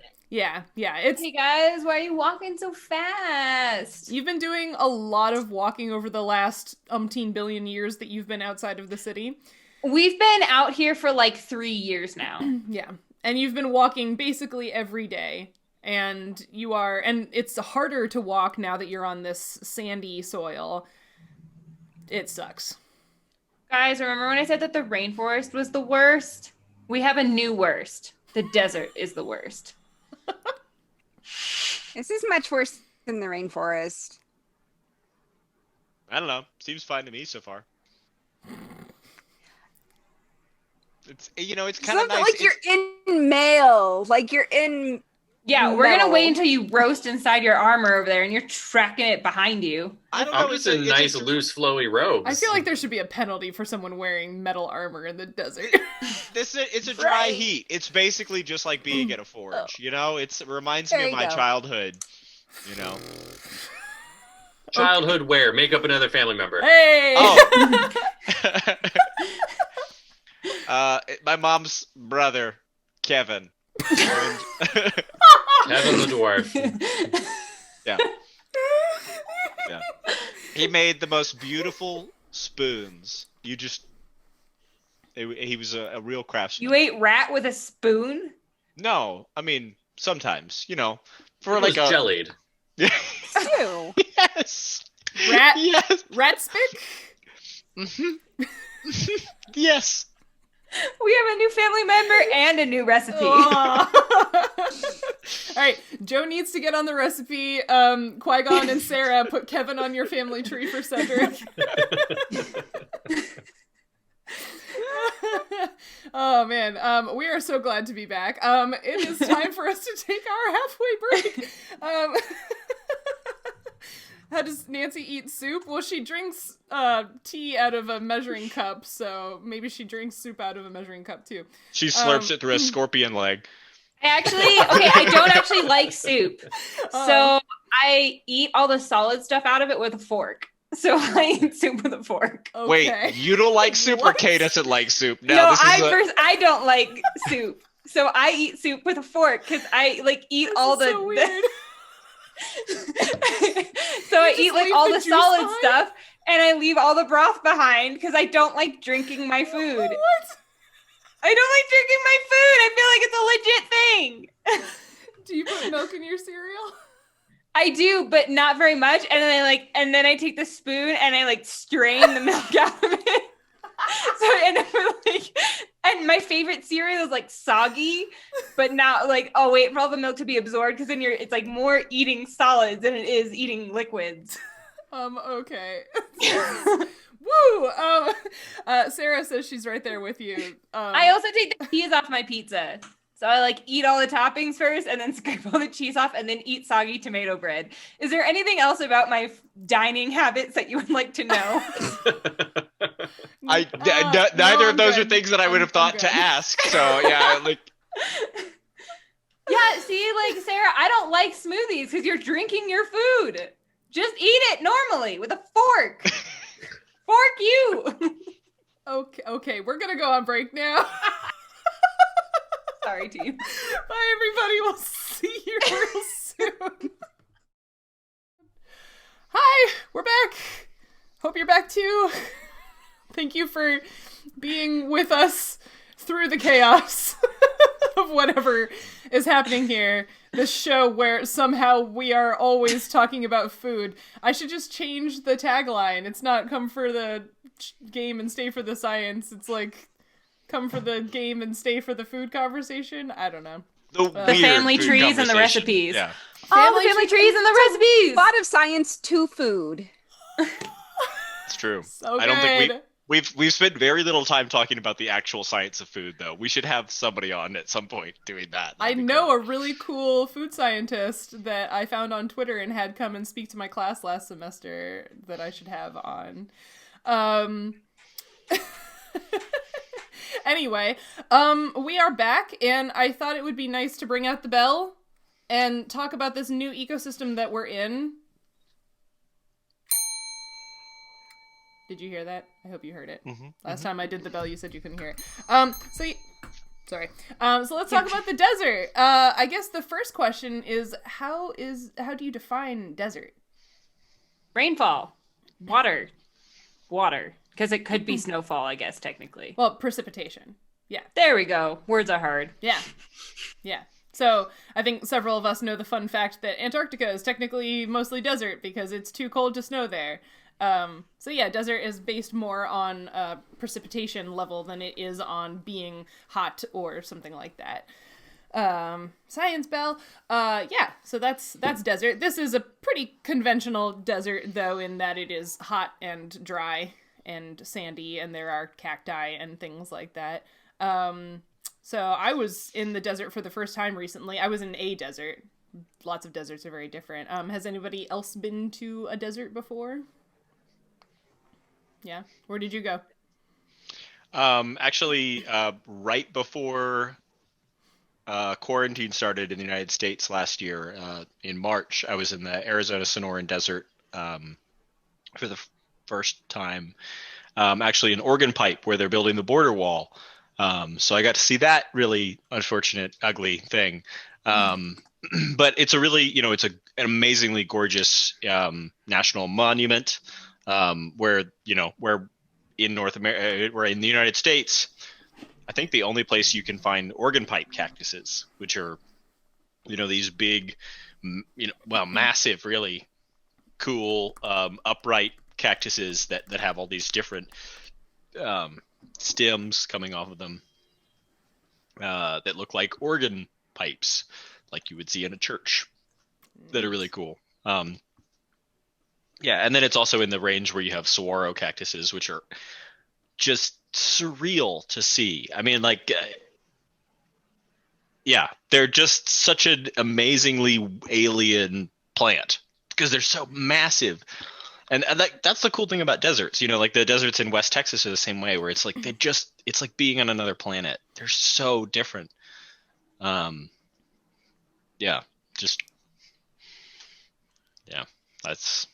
That's my favorite thing about them. And when you can see so much more of the geology in a desert, because you have so much less undergrowth and you've got so much more exposed ground between the different plants, because plants are spaced so seemingly random in the desert, but really in a way to kind of maximize, water use and things like that. It's, I don't know. I think to me, being able to see, but growing up in the Appalachian Mountains, where there's nothing that doesn't have something like growing on it or decomposing on it, or being in a place where you can actually see the bedrock in areas, it's just like it feels so primal and alien. Just really cool. I think that's a good way of describing it. So I was in the Utah desert in Capitol Reef National Park, which was really cool. It's a small park, but so we wound up being able to see most of it on our like 3 or 4 days there. But yeah, I agree. Like being able to see all of the strata in the rocks and also all of the different shapes that the rocks are molded into based on erosion from periodic water or, you know, just the wind kicking up sand was really interesting. Yeah, I was not tired of it after 3 or 4 days. It's very unique landscape, which I really liked. But in that desert, I did see some cacti. They were mostly really low, small, purple prickly pear. And now it was winter, but also it just seemed like it wasn't a very cactus-y landscape, as it were. So where I was seemed to have a very wide variety of evergreen, both like shrubby plants and also evergreen trees. So there were some junipers and things like that. So yeah, definitely not all deserts are full of cactus and whatnot. There are other kinds of plants that can live there. Ryan's nodding.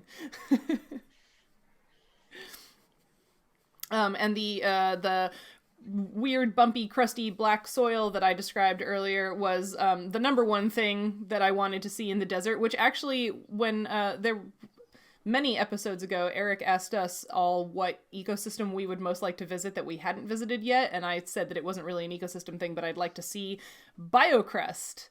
So I got to see it in the Utah desert. So it's a microbial mat made up of like bacteria and fungi and whatever that sits on top of the soil and sort of creates soil aggregates or concretions that are sort of almost like a scorched earth color. They're kind of smoky gray black. And that is super important for holding the soil in place to prevent excess erosion. And they also provide part of the foundation for that ecosystem in terms of nutrient cycling. So I was very pleased to see biocrust finally in the desert. I think so. One of the people that I was in the desert with did some ecological research there, and I think one of the really cool things about the desert is because there are so I don't want to say few species, but there are fewer different species. You end up with these very clear relationships between different like plants and animals, things like that can be very like they have these kind of clear-cut relationships, which I think makes ecology really, really interesting. You know, the idea that you can like look at like plants where, you know, you have a kind of shrubby plant that acts as a nurse to a, you know, another species of plant that is not related at all, you know, but it's like the saguaros prefer to grow in the shade of, you know, this one kind of shrubby bush, and then eventually grow up to the size where they can then outcompete that same bush, and then that bush, you know, dies off, and you end up with these kind of clear events and relationships that occur that are easily kind of pointed to, whereas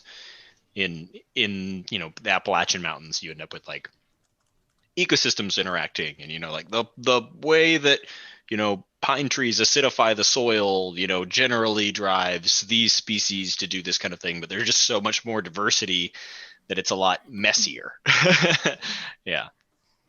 Sarah is agreeing and saying that niche partitioning is a lot more straightforward. Don't at me at the pronunciation of that word. Yeah. Anybody else? Thoughts on deserts? I've only been to desert-like places and not true deserts, so. Yeah. You didn't go into like the desert-y part of Australia when you were there? No, we went into Carnarvon Gorge, which actually has a small like river through it, which is like a little oasis. So we had to drive through the desert to get there, but I don't think it counts because we went there and there are like trees and water and stuff.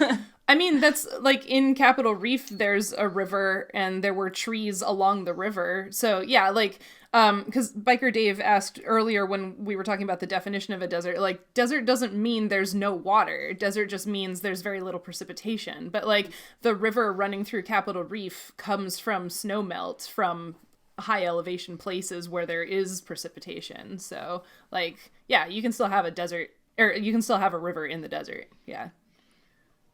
Yeah, it just didn't feel like, I don't know, it's just like not exactly what you would imagine as a desert. So I didn't think it That's counted. fair. Because Yeah. it's like technically an oasis, right? It's like can sustain all this extra life that you normally wouldn't find out in the desert because there's water. And then other than that, I've been to the Galapagos, which is semi-desert, arid, technically. So, yep. Nice. Yeah, I think the closest I've been in is actually just the rain shadow from the Cascades in Washington, because it's striking because you just kind of blink and suddenly you're going from these lush mountainous pine forests to it looks like the moon. It's just barren, and there's certain portions of it that I think were fenced off for some sort of government property. It looked just creepy as hell because it was just nothing. Well, Cindy, you've been out to West Texas, right? I mean, you haven't been out to like Big Bend. I actually have not. I have never been out there because it's actually quite far away from the parts of Texas where I have lived. Yes, and it is. You have to go along, and the only way to get there is driving, and it's long and boring. I have several friends who like regularly go out to Big Bend, and it's actually on the list of like places I really want to go. And the UT astronomy, like there's actually a big telescope, and I've completely forgotten the name, and it is basically halfway between here and there, because low humidity in the air means the air is clearer for your telescope. Mm-hmm. It's something. Peter, were you going to say something? No, I was trying to remember the name of that telescope. Okay. Well, what people have been saying, what the chat's been saying, like what Nancy was saying, just made me think that, like, I just wanted to say, like, in deserts, so much of what's going on is defined by water. Yeah. And how you're getting the water and how much you get, because there's some deserts that barely get any precipitation all year. Like some of the like the more northern deserts in Africa, sometimes will get almost no recordable precipitation. And so the adaptations that have evolved there all involve trying to basically get what they can out of the air when you have like transition points between night and day. Like there's these little darkling beetles that go on top of dunes and stand at a weird stance, and the structure of their elytra helps gather water molecules out of the air and condense that onto themselves so that they have water to drink. And then you have seasonal deserts, right? That like it's a seasonal pattern. They get flooded with rain, and you have huge bursts of life for a short period of time when that rain is there, and then things go dormant again. And so things either like flush like that, or they gather as much as they can and live through it instead of going dormant. So like those saguaros that Peter mentioned, at rain events, they take up as much as they can, and they're like corrugated, and they will actually swell and move and become like flat, smooth surfaces because they're taking up all the water they can, because that's going to be their water for the year. Then there's parts of the Atacama in South America where all the water they get is fog coming off the ocean. And so the cacti and things there have formed really dense mats of like hairs on themselves. So they basically gather the fog as it's sweeping across, because otherwise it wouldn't normally like settle very many places. And so it's that how you get the water, when you get it, and how you're going to take advantage of it to get it, or you're going to get it from something else, like all the things that want to, herbivores want to eat plants because they'll get water out of the plant, and that's why you have cacti and euphorbs and other like succulent type plants filled with water, but they have all these crazy defenses. So like cacti, you don't see leaves on them because the leaves have become all those needles, or glochids, like we talked about the prickly pears. They have tiny haired like needles that stick into you, and it's like fiberglass, and they're so hard to get out. And those are called glaucidia, and those used to be leaves. And so you have really, really cool, just like ecological, warfare going on between things over water. And so that's just a really cool thing that goes on in different ways, in basically every desert ecosystem. Yeah, and you talked about a lot of different ways that organisms get water, or like how they store it, but there's also the point to consider of keeping the water from leaving you. Fletcher is very adamant that they need to not be traveling during the height of the day because they don't want to dehydrate themselves. And so there's a lot of activity patterns for organisms in arid regions that revolve around that day-night cycle, but also things that can't go places like the cacti and the other plants have waxy coatings on the outsides of their bodies or leaves to keep the water in, and they don't open the pores in their bodies that help with the process of photosynthesis during the day because they don't want to release water into the air either. So yeah, getting and keeping water are both important. Yeah. And Cindy mentioned rain shadow before, so I know everybody was waiting for it because I mentioned that there was a big mountain range on this continent that you could see at a distance, so it is to the west of you. And you know that because you were able to see it as you were coming through the grasslands as well, so it appears as though that could be why this desert is here. Were you going to say something, Peter? No, I was kind of visualizing. I was just going to say another thing with the, what you brought up, Sheryl, about keeping water inside, that a lot of those arid plants that also have, they do their photosynthesis in a completely different way. They're CAM plants, crassulacean acid metabolism. And they'll do one thing at night when they can actually open up and take in carbon dioxide. And they have a molecule that they store everything in until it goes to day. They close up again, but now they have the sunlight they need that activates their photosystems, and then they can use the storage molecule they built up overnight. So they even have a different thing that, we think of photosynthesis as such a basic fundamental thing in all the like green life of the world, but there's several ways that they do it, and they have this whole different way in arid environments. It's really cool. Totally. Isn't corn a CAM plant? It's a C4 grass. Oh, never mind. I was confused. I mean, they also do it a little differently, so yeah. Yeah, C3, C4. Yeah. What is everyone's favorite desert organism? Oh, the spider that tumbles down sand dunes. What? That one's really cool. Is there right? a reason it tumbles? Does it just it's to avoid predators. It'll curls cartwheels, right? Yeah, it pulls its legs in and cartwheels down sand dunes to escape predators. That's a good one. It's a legit strategy. That's how I'd get down sand dunes. I don't know about the rest of you. I'd like to see Kay try that in your next combat. Nope. Kay takes a lot of lethal damage. One broken neck later. Anybody else?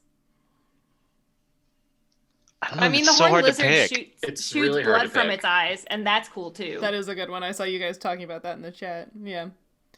I was really stoked. So every year when I've gone to VidCon, not this year because, life, that's my only time to go to Southern California, which I thought was cool because that's a very different habitat. And that's not exactly desert. It is a scrubby, arid environment, though. And I was so stoked the first time I saw a wild roadrunner. So excited. Really like them. They're so goofy. And then you used to actually get roadrunners in San Antonio, in town, not in town, but in the area that I lived in. And it was just one of the best parts of my day was seeing them on my commute. So, okay. So in March I spent a week in, a national monument, totally untouched land except for the stupid border wall. The only place that I saw roadrunners and coccineal was at the Tucson airport. like in the airport. Yeah, I was super happy. I got there like 4 hours before my flight and just like wandered around outside the airport. And I'm like, the only good pictures I got of Roadrunners were there. Have we talked about Coccineal or Cochineal? We did. We yeah. did. Okay. Yep. Yeah, I think that we was a have in the real past. early episode. Yeah. Because I I'm remember gonna Nancy crushing it on her. I'm gonna fingers. post a picture that I took of it in the Tucson airport in the chat for people who Nice. want to see how freaking bright red it is. Yeah, very. Yeah, I saw a wild roadrunner like out in the scrub in Southern California, and then when we were driving to the national park in Utah, one ran across the road in front of us, and I was like, well, I couldn't get a picture of it, but that was it in its natural habitat, I guess. So. One of my favorite desert interactions is with the grasshopper mouse and the species of darkling beetle in the genus Alotes, because the genus Alotes can like blast benzoquinones from its butt, so it like will stand on its front legs and just shoot benzoquinones at anything that gets near. And benzoquinones are general irritants. So the grasshopper mouse literally like walks over, catches the beetle, sticks its butt in the sand. So the beetle discharges in the sand and just like eats the top part of it and continues on its merry way. So you can find like these beetle butts stuck in the sand, like cigarette butts, which is hilarious. What? Cheryl's face is amazing. It's so cool. Yeah. I love that. Yeah. That's amazing. So like, that's awesome. Nope, not today, sir. Hardcore. I love it. I've always really liked, even though this probably will sound really, really basic, fennec foxes, because they're just so yeah. freaking cute. And their huge ears are, of course, they're an adaptation to get blood really close to the surface and a big surface area to distribute heat. And they're these itty bitty little foxes, and they're so freaking cute. And then there are so many cool plants in arid environments. Mm-hmm. The American century plant is a super cool, like giant agave. And it's in the big group of desert plants that will live literally for centuries, and then they put all their energy into flowering once to produce seeds and die. They just soak up everything they have and shoot it up to produce flowers and seeds for a new generation and just die, which is just a really cool like lifestyle adaptation to have. They wait for that good moment. And then also in the Namibia desert, Welwitschia mirabilis is this super weird plant. It's grouped with gymnosperms really broadly, and it grows up out of the sand and just grows after its seed leaves, just grows two big, long, like strappy leaves, and that's it ever. And usually find them like torn and shredded by the wind, so it looks like more, but it's just two, and they're like gigantic, and then it just sits there like that forever and will like flower and produce seed. And they are just they're like a living fossil plant. They're one of those super old, just super weird things. And like it's like a goal of mine to get to see one in person, like in that desert, because they are just they're so weird and so cool. We have this weird thing that grows on the side of the mountains when you were just talking about the plants that just produce one like flower once and that's it. We have like they're kind of like agave plants. I don't actually know what they are, but they're like round and have those big leaves, but then they shoot up this huge central stalk, like 20 meters. Like they're huge. And people used to use, because that's like what the flower is at the top of, and the indigenous people here used to cut those down and like use them for buildings, like columns originally, because they're that strong and that sturdy. But it's just crazy because you see this like kind of, I don't know, like this sized or maybe even this size round leafy plant thing, and then just shoots this huge stalk up. And they're everywhere on the side of the mountains here. It's crazy. I saw a lot of of things similar to that, may not be same species. When we were in Peru, and a lot of them had those flower stalks up, they would flower repeatedly. They didn't die. So that would be a lifestyle that's called iteroparity, that you'll reproduce multiple times. And then those things that put everything into blooming once, like century plants. We had the conservatory had this really beautiful Queen Victoria agave, and it bloomed over the past year, which was really cool to see, but now it's just sitting there dying. Because and that lifestyle is semilparity. So semiparous organisms put everything in and reproduce and die. So that's it. It's sad, but it's really, really cool to get to see it. Nice. I saw in the chat, people mentioned meerkats, and Sarah says there's some cool quail in the desert, and also that kangaroo rats farm fungus, which I did not know. That's a neat one to explore, though. Meerkats teach other meerkats how to dig scorpions so they can eat them. But like the older meerkats teach the younger ones, which is really cool. Yeah, their social structure is really neat. And Gila monsters were also mentioned. Yeah, lots of good stuff in the desert. Yeah. All right. And as always, look up things that are in the arid regions of Madagascar, because everything in Madagascar is just wild, and their plants that they have in their like arid scrub desert regions are just absolutely wild. So you should definitely look them up. Yeah. Well, everything on Madagascar is super unique. Yeah. Yeah. Awesome. All right. Does that conclude our science? Well, it doesn't conclude the science. The science never stops, but that's the end of our official breakout. All right. What are you folks doing? The sun is fairly up now, because you were delayed a little bit by fighting scorpions and eating scorpions. Do we want to take a break? Maybe kind of some midday break kind of thing for Kay? Where? Like under one Next of these. to the reflective trees that will just roast me outright? Are there any kind of shrubby trees is there anything that provides any shade around here? Yeah, even a large boulder or anything. I doubt it, but I mean, there are rocks and there are shrubs. It's not a lot of shade, but I mean, yeah. If we want a quick break, I wonder if there's if we can use just the cloth part from the tent that we have to just pitch it up on two sides to make like a lean-to? Is that what that would be? Yeah. Just to put that towards the sun and go underneath for just like a short break. Would that be worth it? It should be pretty quick if we're just propping it up. We can use like my quarterstaff on one side, and if we have somebody else have something tall to put on the other side. I have a quarterstaff.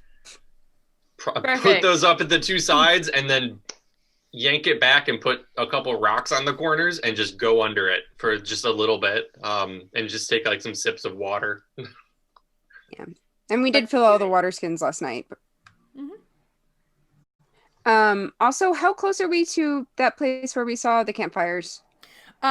So your original distance estimate was based on the progress you had been making, and it's a little slower going now. So you would guess with your new estimate, maybe like an hour and a half-ish. Yeah. Okay. 2 quarterstaffs are a half staff? Okay. How long would you like to rest here? Fletcher's our navigating guy. Not very long. Well, wait, you said the sun is almost peak, right? So no, maybe... it's still early in the morning. Like you all woke up. The sun was in the process of rising when you woke up to Kay's scream. So like it's above the horizon now, but it's still morning. Yeah. Oh, okay. like a 10, 15 minute just rest. Sure. Okay. Sounds good. Yeah. I didn't get a chance to do my morning prayers, so I will do those while we're resting. You didn't? Excellent. There were scorpions, I'm assuming. Well, yeah, but he cast Cure Wounds on people. Well, I mean, I was woken from a sleep, right? So I don't know. On my character sheet, I had full spell slots, so I don't know if that was from yesterday. Did we cast any spells yesterday? You could say you did the prayers after, like, while we were cleaning up the camp. Yeah, before you okay. healed everyone. Yeah. But then, before you healed everyone. Okay, in that case, Because that did happen no after praying. the combat. Yeah, Extra praying. I'm surprised Cedric isn't praying anyway. praying is a utilitarian thing.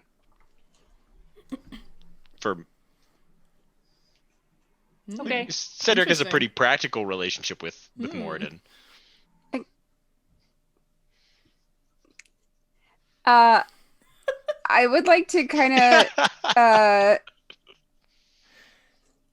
I would like to kind of take a pass with the eagle, like, since eagle will draw less attention than I would. I'll kind of mimic her flight so I can do a quick perception check, but actually go up higher than I normally do.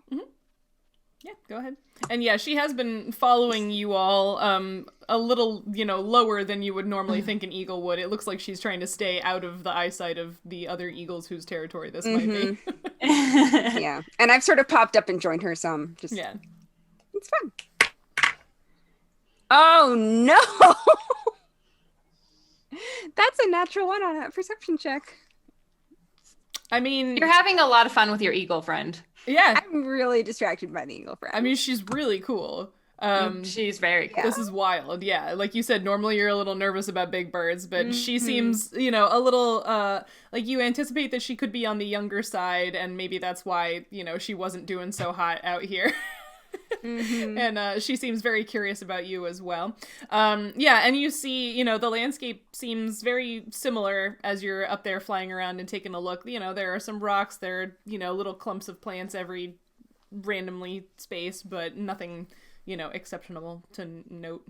And this is just absolutely different from the landscapes that I'm accustomed to. So there's not even like, hey, this is a familiar thing I can latch onto. Yep. Yeah, no, it's very, very different. Yeah.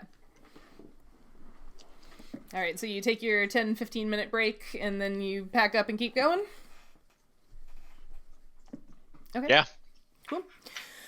So yeah, you're gonna keep going and keep walking. Can you all make fortitude saves against the heat again, please? And Why don't we walk in the dark? fun fact, it does get the DC for the fortitude save gets higher the longer you're out in the heat. Why don't we walk in the dark? Only one of us got a problem with that. Well, I got a problem now because I got a 9. Okay. 12? Mm-mm. Mm. The DC is 17 right now. Oh, wait. 14. Still not enough. Nope. 22. 17. Yeah. All right, Kay survives this time. That break put a little pep in her step. She still has the non-lethal damage from before, but she doesn't take more now. Fletcher, what did you get? Nope. Okay. Not 17. All right, so now Cedric, Fletcher, and Nautia. Oh, now I roll a 1 on the d4. You all take 1 point of non-lethal heat damage. Sorry, Kay. Cranky. My soft, supple 17-year-old body was not built for this, okay? I'm weak. Okay. Oh boy. Why don't we walk in the dark? Seriously, this is a real question. Fletcher, We can. wouldn't it make more sense? Not dying in the middle of the heat, sleeping during the day? Sounds like Do a you legit... Do you want to set camp again? It was just a suggestion. I mean, aren't we? We're only a little bit away from those tents. It's so far. We can go really slow. Okay, I can do it. I can do it. Okay. Yes, you can. All right. So you keep moving. And Naughty, are you flying with your eagle? Or are you on the ground? Just kind of doing both? Not probably more on the ground, trying to conserve energy a little bit. That's fair. I think I overdid it. Yeah. So yeah, between Nadia being distracted by the eagle and also not, popping up as often, you don't notice it until you're pretty much right up on it. But not far ahead of you, what you thought was just more open ground appears to actually be broken by a fissure in the land. Is anybody going to go to the edge? Yeah. Yeah. Okay. So you Sure. go up to the edge, being careful not to, get too close to the edge where, rock might break off. This appears to be a canyon, perhaps 100 feet deep and about 60-ish feet across. The rock of the canyon walls bears horizontal stripes of red, yellow, and white, and you can see some shrubs growing in intermittent ledges along the walls. Do they have big central stalks coming out of them, like Nancy was talking about? No, some of them are sort of roundish shrubs with very round, sort of medium green leaves. Some of them are sort of like bushier shrubs that appear to have there's some sort of color intermixed with the leaves. You can't tell anything more from this distance. And there are also some plants that are shrubs, maybe? They don't really look like other plants you've seen before, because there's a sort of woody stem that comes out of the ground, and then green spikes, like sticking up, almost like a comb of long green spikes sticking up from this woody stem that sort of comes out of the ground and then sort of moves like sort of horizontally along the ground.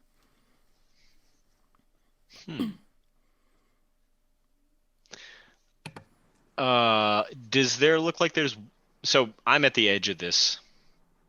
Mm-hmm. Does it look like there's water at the bottom? Make a perception check. It's a nat 20. Wow. So you don't see water in the bottom, but you do see evidence of water in the past. This looks like it's a wash. So, when seasonal or otherwise rains come through, the water moves in this in this area. And so it has eaten away the rock, to form this canyon. Okay. So you can see the floor of the canyon, characteristic of a wash, looks very smooth rock. From the way the water is moved across it. And is there any kind of thing that looks like we could cross?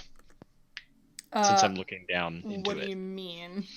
Like, there's not like a giant rock piece that's fallen across or somewhere? No. No natural bridge. If I sort of go up and look along and maybe follow it a little bit in each direction, is there anywhere where it's like narrower, or there's somewhere that would be easier for them to climb? Make a perception check.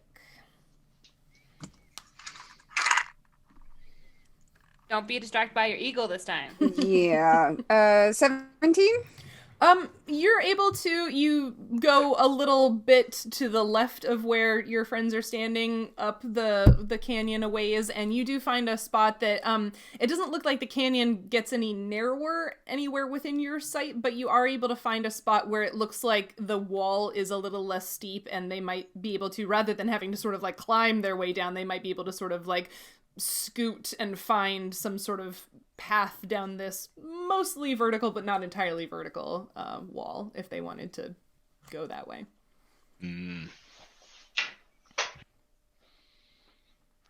That's 100 feet down and then back up the other side. Is there a place for us to scoot back up the other side?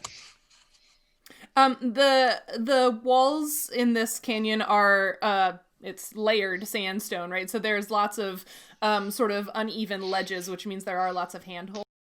Huh? Yeah. I don't think Fletcher would be able to make that climb up there. Do we see? Yeah, that sounds.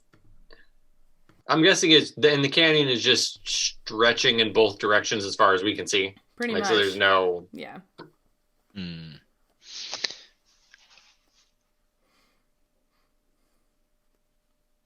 And none of the vegetation around. You said it's 60 feet across-ish? Yeah. Yeah, so nothing around here is that long. Not really, no. Hmm.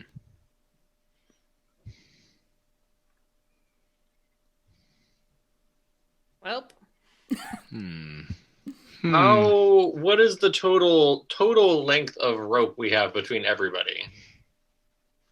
Boy, it's a good thing you didn't cut that rope up into 5-foot segments and put it in the troughs in the temple. Who knows? We might have gotten rope powers then. Whose rope was that? As you were saying that, what popped in my head was the kid with the tape elbows from My Hero Academia. I don't know if anybody here has seen that, but that's what I thought of. Anyway. Yeah, how much rope do you have? I have 50 foot. Same. I just wrote rope. So probably 50 foot. You also, so you'd have 50 Okay. also. So 150 feet of rope. 150 feet of rope. Yeah, minus a little bit for, tying knots to put them together. And it's 100 feet down? Approximately. So then how do we get back up? Well, Nautia could fly and tie it to something. Yeah, Is there anything that looks remotely strong enough to tie that rope down to on either side to anchor? I mean, like I said, there are shrubs all over the walls of these things, and there are some of those shiny trees, again, scattered across the landscape. There's probably a shiny tree close enough that you could tie a rope to it on the other side, yeah.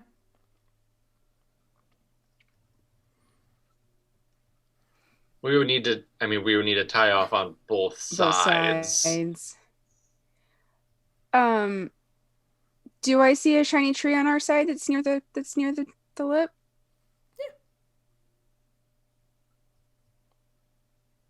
Yeah. I want to go look at that tree. Okay. But given how shiny it is, I'm a little nervous. Because that's weird. That's not something I've seen before. And now we have encountered plants that can hurt me. So, Suspicious. Yeah, it's very, very shiny. That's weird. Because, Fletcher, you didn't actually, touch the one that you looked at before, right? No.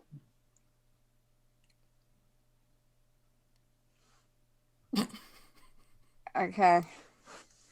Man, I don't want to mess with that tree.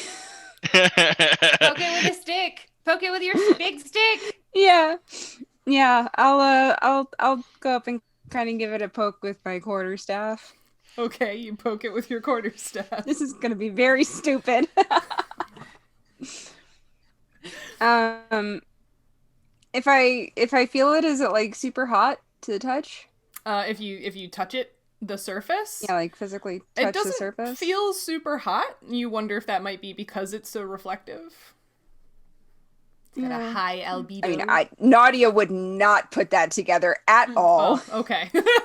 All right, 6 intelligence. 6. I think the eagle has the same. No, the eagle is 2. That's right. If it had a 3 or more, it would be an animal that would be capable of speech. So no, your eagle has 2. Yeah, no, it's the eagle also has higher wisdom than I do, which is a little bit aggravating.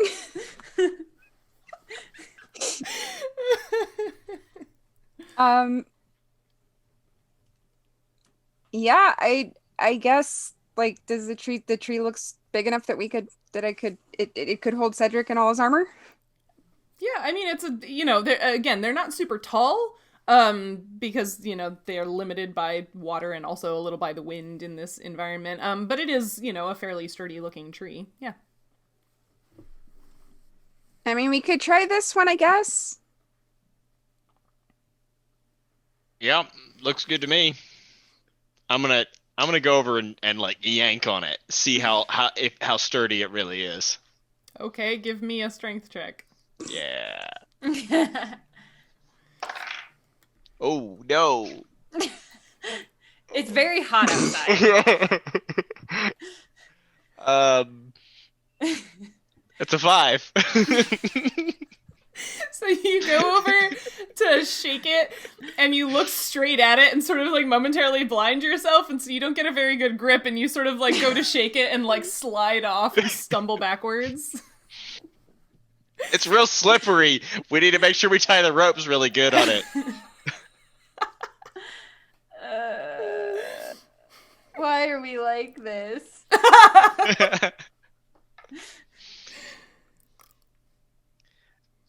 Well, are we gonna do it? Or are we gonna do it? Fletcher, are you gonna climb down this thing? This rope? Feels... Well, no. First of all. If we need to test this, Why are we even going down there?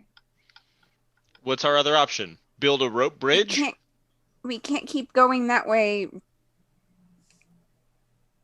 Oh, I see. the only thing to do is to get across. Just make a rope swing. Just swing across. Like monkeys in the rainforest. We saw those.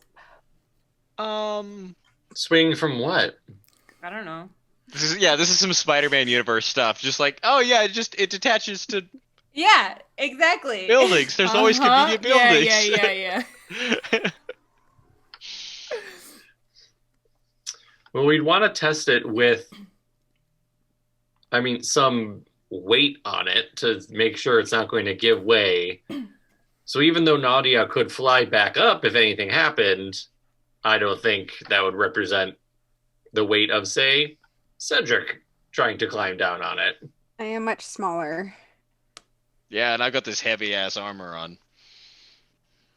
Well, we could throw your armor overboard first. Why would we do? Yes. Okay, sure. Yeah, we could do that, but then we still got to get it back up the other side. Oh, that is a good point. I guess we could tie it to the rope and pull it up. Yeah, that's what we could do.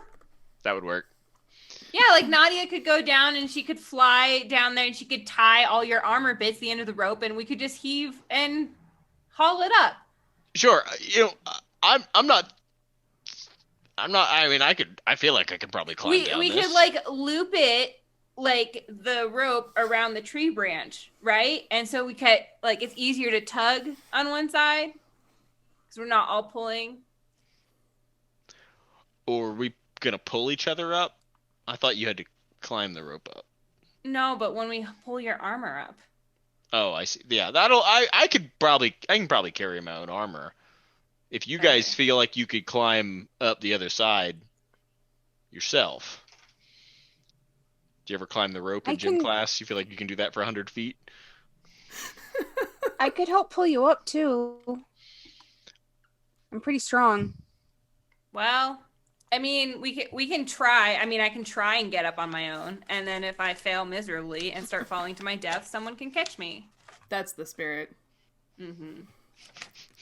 The rogue is afraid of Kay, you're pretty nimble. I bet you'll be fine. Plus, you barely weigh anything. Yeah, but like when I would sneak into buildings or climb up stuff, there wasn't a chance of me dying in 100-foot hole. The stakes are a little bit different.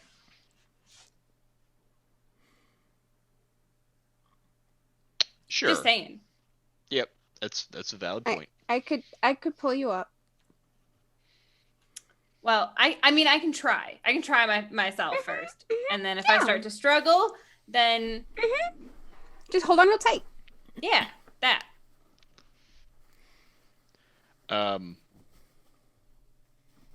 Should I go first since I'm the heaviest, or should I go last? Definitely. And Okay. I think we're most willing to risk your life first. Ha. Yeah, I know you're kidding. Yeah. You can also help pull up. Yes, that is a good idea. All right. So we're gonna tie the rope around this tree, Mm-hmm. real good. Double check the Mhm. knots, and then I guess I'm gonna start walking my way down. Mm-hmm. Okay. Who is tying the rope around the tree? Did Cedric just say he's doing I it? was going to say, don't I everybody said volunteer at we. once. Yeah. I said we. He said we.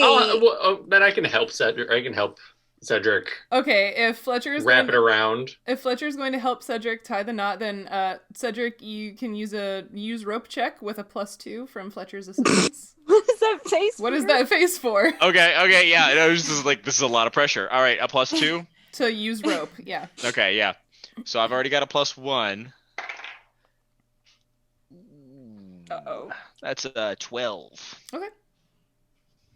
You two feel pretty confident in your knot. Mm-hmm. Yep. Not confident. Are we allowed to check we are the not knot? confident. Huh? Is someone allowed to check the knot? Would you have reason to check it without knowing the number? It's Cedric. Keep in mind. that's- Cedric, both of the boys are very That's true. confident at tying skills. It is a K Cedric thing. Sure, K, you can go over and make a use rope check to check what you think the knot looks like. Okay. I don't know if Fletcher is sure about any of this. Fletcher's like, I saw a picture of a knot in a book once. I got a 19. Okay, so you look over at the knot and you're like, I mean, this is okay, but also they didn't really, they did a bunch of, overhand knots, like how somebody who doesn't really know knots just makes, a lot of overhand knots instead of making, one good knot, So you kind of undo some of Quantity versus quality, I suppose. You Good say job, that, team. as Cedric steps backwards over the edge of the cliff. Yeah, so you're able to fix it and make it better. It's fine. I love how you're like, would you have reason to check that? I was like, it's Cedric. Yeah, I did. I Yep. mean, And then my other question is, what is happening with the other end of the rope? Are you tying it around yourself? Are you looping it around yourself? Are you just throwing it over the edge of the canyon and then walking down holding on to it? I was figuring I was gonna at least loop it around myself. Cedric hasn't done much climbing, but he's at least seen people climb. I mean, You it is apparent from his not making abilities. Yeah. This is definitely one of those skills that some dwarves have, and those dwarves are not Cedric, and he's embarrassed about that. Okay. Mm-hmm. Okay. You're going over the edge? Cool. Make a climb check for me. I believe you have an armor check penalty associated with that, don't you? Ooh. I told him to throw his armor overboard. Oh Just yeah, saying. she did do that. I did do that. I know how to use rope. There's a good bit of conversation about the. Did you take 2 steps and then scramble back up? Yeah. You're like, oh. Yeah. It was really heavy, and you were like, oh no. Oh yeah. We did discuss maybe we could do the backpacks and my armor individually. Does that sound like a good plan? Okay. Yeah. Let's do that first. We can tie them down and let them down to you once you're down there. Sounds good. All right. In fact, depending on how much they weigh, I carry them across. Also true. Nautia can fly. Anybody who has ever been hiking in steep environments or climbing knows that going down is more dangerous than going up. Nautia, don't you have pixie dust or something that you can just sprinkle on the rest of us so we can fly? Pixies don't make dust. Sounds like you're stereotyping, Kay. Yeah. I read it in a book once. Well, if it was in a book, it must be true. Right? That's what I was thinking. So okay, I do have a penalty to climb. I'm not sure how to see what. Okay, so yeah. Yes. Okay, so without my armor, that's very helpful. Yes. Told you. I thought I'd ask. Okay. Okay, so you Why did he listen to you and not to me? because I'm the DM and I have control over Cedric's life.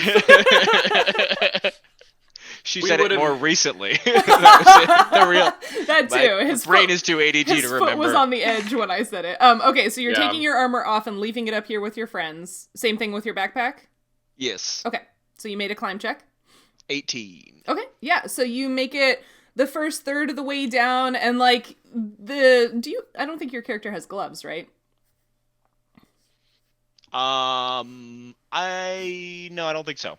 Yeah, so like the rope is kind of rough on your hands and like you don't love this. It's not super comfortable, and with it just sort of like wrapped around your waist isn't super comfortable either. I hope you did it kind of low over your hip bones rather than up around your internal organs, because people die that way.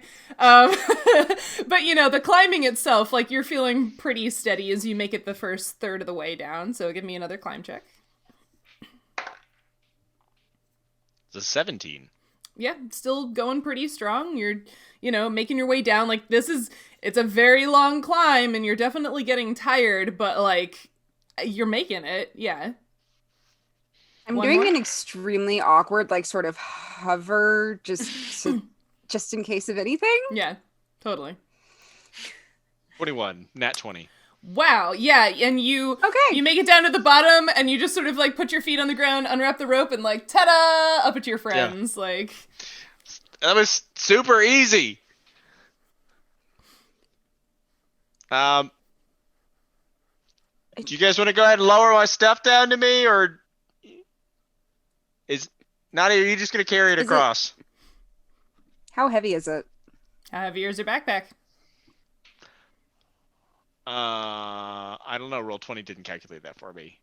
It's not super heavy.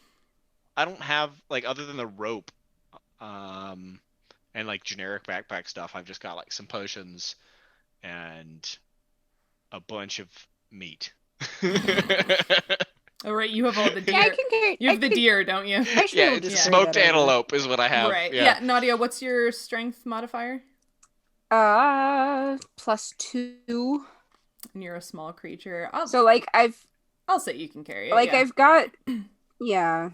Yeah, it's a little big for you, but Like yeah, I'm also like, what can I carry walking versus flying is the big question. right. I think it's harder to fly it, also because it would be hanging under you because you can't wear it as a backpack while Mhm. also trying to use your wings.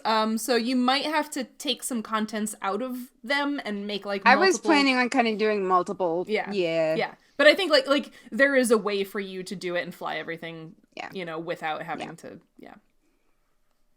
I am gonna wait and do that after he gets back up though, because I don't want to like leave all our stuff on the other side. This is There's one of no one those there yet. bag of grain. Yeah, goat, yeah, yeah. wolf. Yeah, I guess we should move it with us. So if something Mhm. happens in the canyon, it's not like, oh, we need all of that. Well, I can go ahead and do the length of. Wait, no, we needed the full length of rope just to get down there, so we gotta wait till it's all down. Okay, yeah. Yeah, I mean, we've got, between us, we have 3 50-foot sections. Yeah. So, and it's, yeah. Mm-hmm. Yeah, so we need at least 2 to. Let me help get that down for you guys. Okay, throws it down. Yeet! That Gen Z though. Yeet!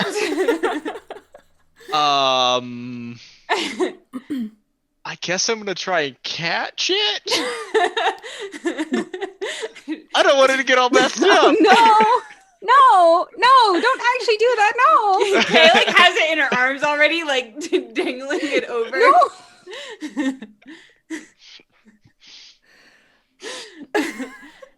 Are you actually throwing it? I don't know. I think Nadia's wrestled it from me. I think No! I think it's been snatched. No! I think if I did eat it, she would catch it in midair. There is no guarantee. Yoink. That is a moving object. Well, I guess I'll go down the rope next. What's the worst that can happen? Okay. Does your armor have an armor check penalty? I don't remember what you're wearing. I'm wearing leather armor. I don't believe regular leather does have one. This is the first time anybody's had to do anything like this. Because it's like our first time having rope when we need it. Right? Yeah. Look at us go. Look at us with our rope. Yeah, regular leather does not have an armor check penalty, so that you're fine. Excellent. Yep. I guess I'll do like the rope that like goes between your legs and like makes a little seat. You know that kind of rope? Mm-hmm. I'm gonna try that. Okay. Yeah, and make a climb check. And a climb check. Oh boy, I'm not strong. Come on, die. Oh, well, that wasn't terrible. I got a 14. Okay. Yeah. I have a minus strength check. I know. So, you make it the first third of the way down. It's a little shaky. Like you said, you're used to, like, you've climbed things before. You're kind of a rambunctious street kid.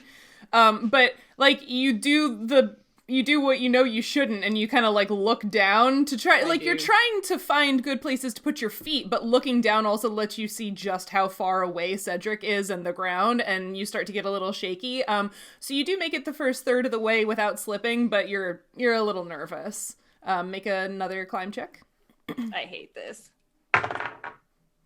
I got a 15. Okay. Yeah. So same, you're still kind of like shaky and nervous, but you are, moving down the rope, and you make the next third, no problem. One more climb check. Would I like survive a fall of the last third? I guess that would be like 30 feet, right? Yeah, it would be approximately 30 feet. Just want to know how screwed I'm about to be. How many hit points do you have? Always a good question.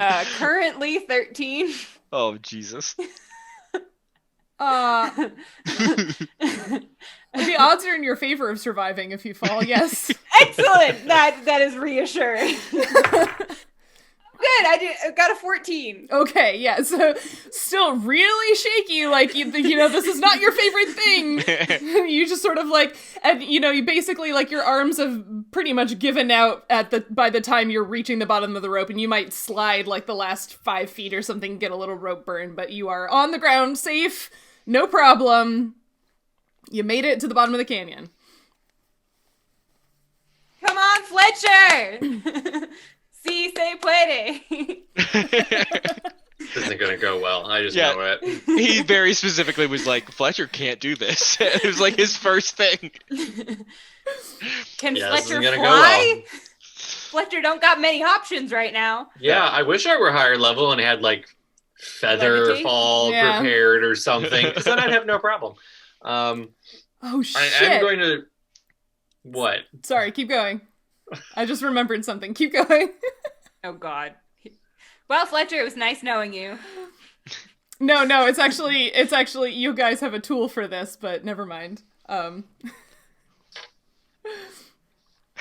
don't. I just looked through my... Somebody did have, I remember, but I don't have anything. But I am going to rip a couple pieces from like the bottom parts of my robe to wrap around my hands so that I'm not just in contact with the rope. Smart. Love that. This is why Fletcher is our science person. He has all the good ideas. And then probably fall to my death. Cedric and I at the bottom, like, Yeah. okay, Gio. You got this! I'm doing a wrap like low around around my hips, kind of like what Cedric did. Okay. To try to do this rappelling, and it's gonna be horrible, and I'm gonna die. So Not with the 15. Okay, yeah, you're super nervous, but you make it the first third of the way, okay. Terrible. We're yelling encouragement at you from the bottom. Why couldn't it be one check to get down? You can do it, Fletcher. Is Fletcher afraid of heights? He is now. I'm probably gonna die. What did you roll? I rolled a 3. Oh no!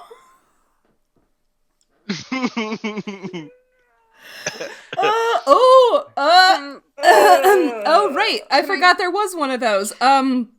Qui-Gon redeemed one earlier, and Sarah just redeemed one. You have you can roll again on that check. Yes. Oh my god. Thank you for reminding me that you guys did that. Woo.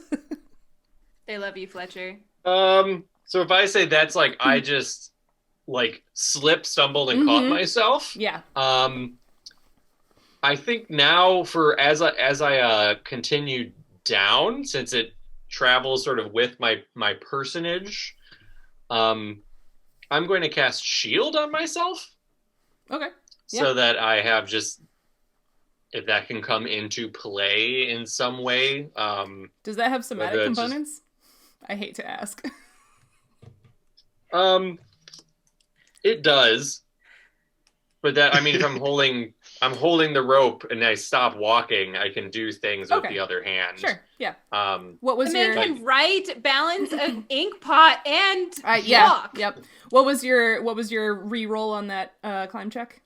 I haven't done it yet. Oh, okay. I was doing that. Yeah. I was getting my feet planted steady so that I could cast that spell.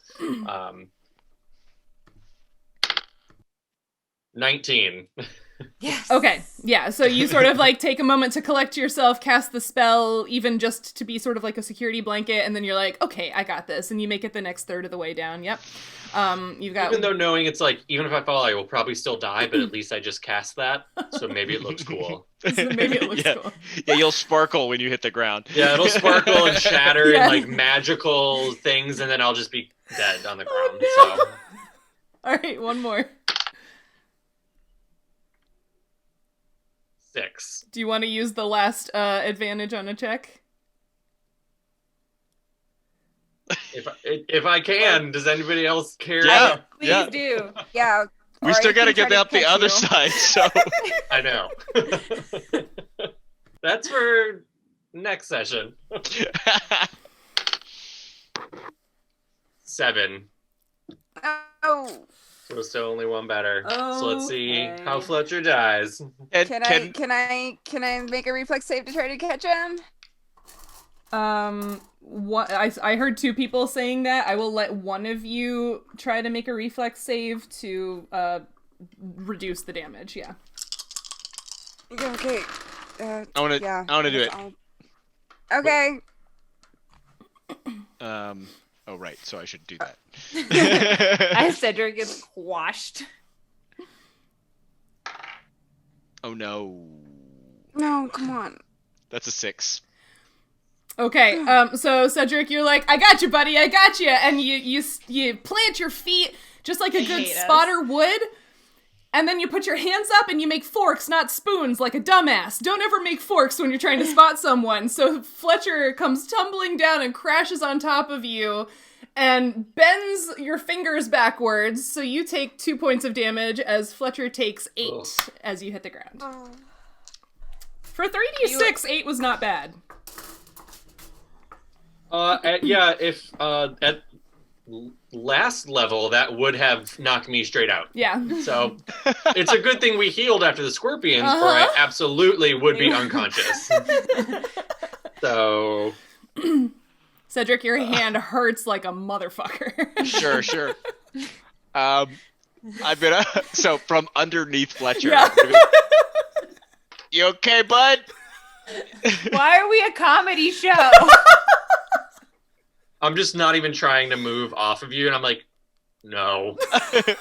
I have some healing potions in my pack, but it's up at the top of the cliff. Hey, Nautia! I mean, she On saw that, note, yeah. I start bringing all the stuff down. Okay. Made it. So it takes Nautia a minute to bring all of the stuff, oh my god, to the bottom of the canyon. Cedric, Fletcher, are you just laying there on the ground until she... Okay. I'm not gonna move him because I'm afraid I might like dislocate his spine or something like that. So you guys are just laying on the ground while Not Nautia... Very intimate moment. Yes. Yeah. While Nadia's bringing things moving. down. Yeah, I actually, on probably like the second trip down, he just looks like he's in enough pain that I come down and actually go ahead and cast Cure Light Wounds on Fletcher. Okay. So that's 1d8, which is 5 plus 1, 6, 7. You get 7 points back. All right. So it's most of your fall damage is gone now. Yeah. Yeah. And you continue moving things. Kay, Yeah, and I'll keep moving things down. Yeah, Kay, while all this is happening, you get God a damn chance to... No, I'm just saying, you get a chance to, like, look around in the canyon some more. So yeah, you get a better look at some of the plants I was describing. So there's this weird, like, woody stem with these green upward, spikes. These very sort of like delightfully round bushes with delightfully round leaves on them. And then also these shrubbier looking bushes, which you can now see the color that you guys were catching glimpses of from up above. It looks like berries. And in fact, if you look a little closer at them, they look kind of like the berries that Nautia gives to you guys. Like, she casts a spell on berries that she's foraged and it sort of changes them. These berries look very much like those berries. Hey, Nadia, take a look at this bush. I come check out the bush. It's got fruit stuff on it, and it kind of looks like your magic fruit stuff.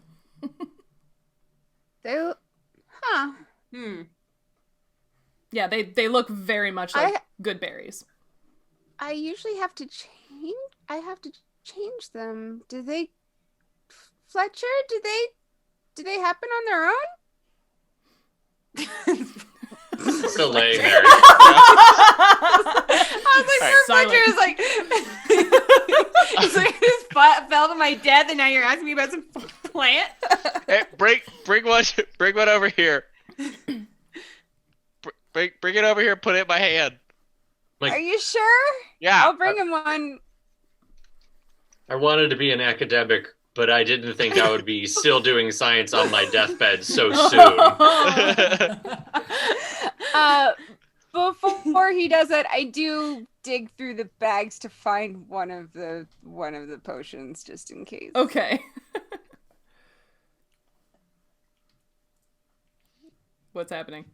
I'm gonna cast Detect Poison. Oh, berry. didn't realize you had that prepared today. Okay. Yeah. Okay. I have it prepared every day. Oh, Because smart. first level spells are Just tasty. just not that useful. And I never get to use my first level spells. So I always end up turning them into cure wounds. Okay. Yeah, so what happens when you cast Detect Poison? You determine whether a creature, object, or area has been poisoned or is poisonous. You can determine the exact type of poison with a DC 20 Wisdom check. And blah, blah, blah. Okay. So are you casting it on this berry that she's holding out to you? Yes. Mm-hmm. Yeah, so you cast it, and yeah, wow, yeah, that's definitely poisonous. Oh, yeah, super poisonous? Cool. I did not...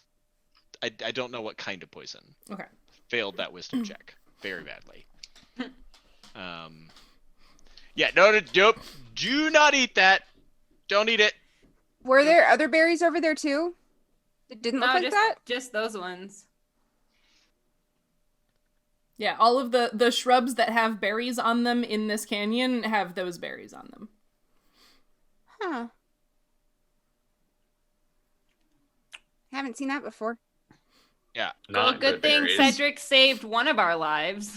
Yeah, no, I can smell from over here, like it smells like I don't know.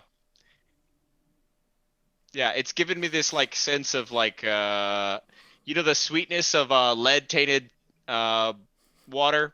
I don't know. No. It just like that's what I can feel it. I can sense it. Don't eat it. Can I poison tip my arrows with it? You can certainly try. I don't know. If only I had craft alchemy, I could tell you, but I don't. I read about it in a book. Are you going to try to collect some, Kay? I don't know how poisonous they are. I mean, I can try. Okay. Just, I don't know, rub some arrows, I guess. Dip the arrows with berry juice. Okay, you do that. Okay, excellent. It at least looks cool. Like Fletcher's shield. Yeah. Yep. Yeah. Okay. So you are all vertical again, I presume? I'm sitting. You're sitting. Okay. Yeah. Looking at Fletcher, I'm like, this seems like a good place to take a rest, maybe? Yeah, I think we should just stop here. Down. Yeah. I mean, Yeah, we can set up camp. It's We're- cooler in here. we're, And we we're can in only the get shade. attacked from two sides instead of all sides. Yeah, and they would have to make it down. Oh, right, those are that way, the canyon. But they would have to like get down the canyon, right? Yeah. If things are above us, they'd have to make it down here like we did. So hopefully, whoever's on watch would see that. Yeah. I mean, we also have no escape if something happens, but I'm not going anywhere right now. So Mhm. You have your giant fireball thing of doom. They'll like incinerate the thing quickly. Yeah, I mean, what could happen? I mean, I could do that once. So hopefully, there's not two things. We'll just make sure they're in a line. Yeah, do it once that way, and then we'll kill everything else the other way. Yeah. Kay, as you're having this conversation, you're still damn standing it. by the bush where you were tipping your arrows with berry juice, and you hear a clicking sound. Why is it always me? There's a sound from the bush? Not from the bush. Are you trying to sort of locate where the clicking sound is coming from? Yeah, I guess so. Yeah, I want perception to poke check. it with a stick. Okay. He needs a quarterstaff for poking. I rolled a 1. You rolled a 1. But I have +7 Dice perception, today. so really it's like an 8. Yeah, but still with an 8, like, it's definitely coming from below you, like, somewhere near the ground, but you don't know which direction, but you can hear it. I don't know, there's a clicking noise. It's like super echoey in here. I'm dying of heat stroke and being terrified that I had to climb down that 100-foot wall. So, I don't know. There's a thing and it's clicking. That is the extent of my news report. It's probably just a rock falling down the canyon wall or something like that. I mean, it's coming from the ground. Well, that's where a rock would end up. I don't think that makes sense. Can I have a It second wouldn't be opinion, clicking please? on the ground. Yeah. Thank you, Fletcher. What sound do you think a rock hitting the ground makes? A little small rock. Click. Yeah, but is it just going to They keep don't jumping up and bounce. down like popcorn?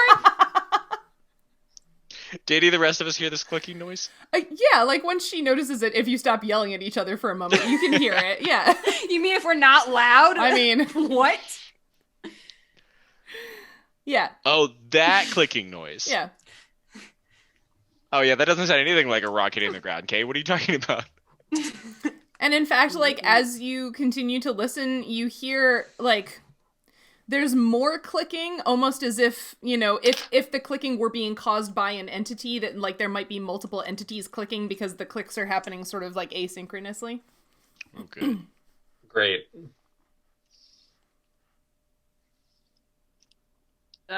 So who wants to get out of here now? Yeah. So are we not camping here? Do we need to climb like right now? This seems like a bad idea. I'm gonna fly up and start moving the rope over to the other side. Okay. You do that. Let's do that. Is it by any 'Cause I- chance raining and we're hearing the soft, sweet pitter-patter of raindrops against the canyon floor? It is not raining. Damn. Thank God. I mean, yeah, thank goodness, because we if could you get were standing in flushed a out. wash, yeah. When you said you hear, it was like my heart just like went, no, the roaring of water. I'm not that mean. All right. I'm gonna see how well I tie that knot on the Okay. other side.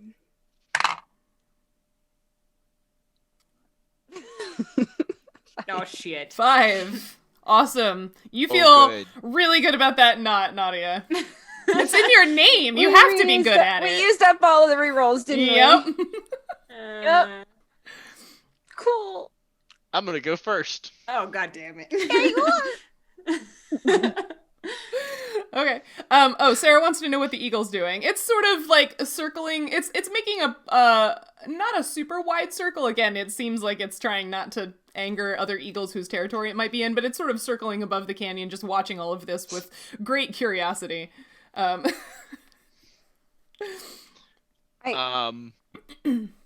Sorry. I'm gonna go ahead and stand up like at the top with the rope so I can help pull up if I need to, given that the others are so tired.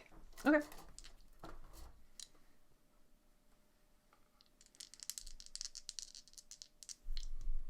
Cedric, did you say you're going?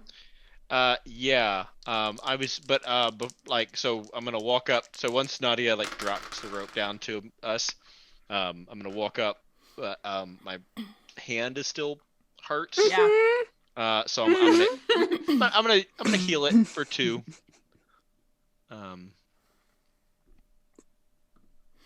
When I was just recording my spell slots. And then I guess I'm gonna start climbing. Okay. Climb check. Oh no. It's a 10. That's a 10. Would you like to redeem the second chance that Qui-Gon just gave you all, or do you want to leave it for someone else? You know what? I feel like other people might need it more. Okay. So you sort of start to make it partway up, and you're just, that hand really freaking hurts, and you sort of slide back down, which gives you a little more rope burn on your hands. Okay. Guess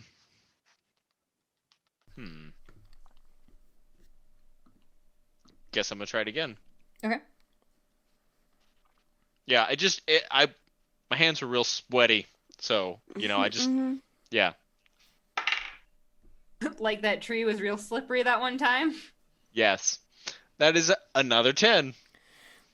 It's just Excellent. it's just not working out for you, dude. Like, Because because you're starting to get flustered now too. I could try to pull you up. Okay. So just like tie the rope around myself I guess. and pull me up. Sure, worth a shot. Yeah. Are you going to be like climbing too, or is it just like you're free hanging like Joanna in Rescuers Down Under and she's just gonna pull? I feel like I'll be climbing too. Okay. Mm-hmm. Yeah, she'll just be like That's basically better. like taking some of the weight off of me as I'm going. Okay. Nautia, give me a strength check. I trust none of my dice right now. This is horrible and stupid. What'd you say? Strength check? Yeah. All right, 18. 18. Okay. So Cedric, as you are climbing, you can have a +4 to your climb. Okay. Ooh, that's a 17. Okay. So you make it the first third of the way up. It's definitely better with Nautia sort of helping. Oh yeah. This is super helpful. Mm-hmm. That is a you said what I have a +4? Mhm. Yeah, 15. Yep. Okay. So you keep going. Again, you're starting to get tired. Your fingers still really hurt, but Nadia's helping take some of the weight off. 15. Okay. Yeah, and you scramble up over the side, which is maybe the scariest part, actually. Like right when you're trying to get over the lip. But yeah, you make it onto the solid ground of the top of the other side of this canyon. Excellent. Okay. Damn, Nadia's strong. Mm-hmm. He is. I am gonna start pulling things up, like Okay. the other bags and stuff. Cool. Yeah, I guess I'm gonna take a break while she does that and put my armor back And the on. armor. Mm-hmm. Yeah. Okay. Who's next? Well, Fletcher, do you want to go or do you want me to go? I'll go. I yell up to Cedric. Are you gonna help pole during the climbing? Yeah. So if we have Cedric pulling at the top to kind of like keep steady and pull, and if Nautia can keep helping us too, I think that would make Fletcher feel a lot better. Mm-hmm. Okay, so what all's happening? Cedric and Nautia are pulling while Fletcher climbs? I think so. Okay. One of the two pullers can make a strength check with a +2. Okay. You should You probably want- do it. All right, you're stronger Okay. than me, right? I think so, but I don't know. Cedric and Nautia arm wrestle at the top of the cliff to decide who. Do Just it. roll. Do it. Do it. Oh. All right, I'll just roll. What was the plus? 2. 8. Oh. Okay. Fletcher, start climbing.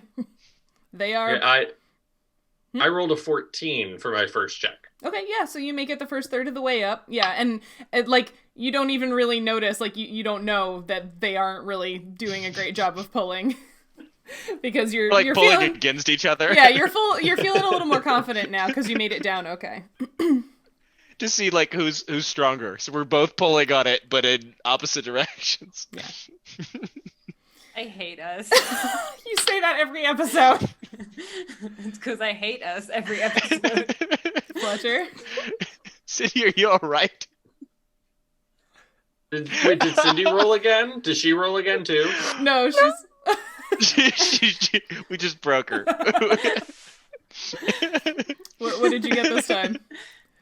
I rolled a 12. Okay, did you want to use the reroll, or are you good? The fact that she is asking that cannot be good. I know.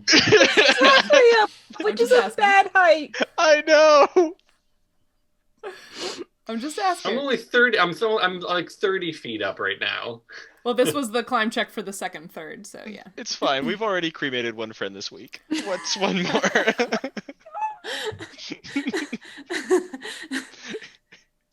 Yeah, I'll use it. Okay.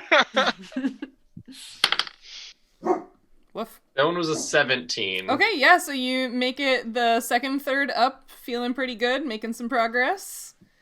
Are they helping at all? No. They're useless.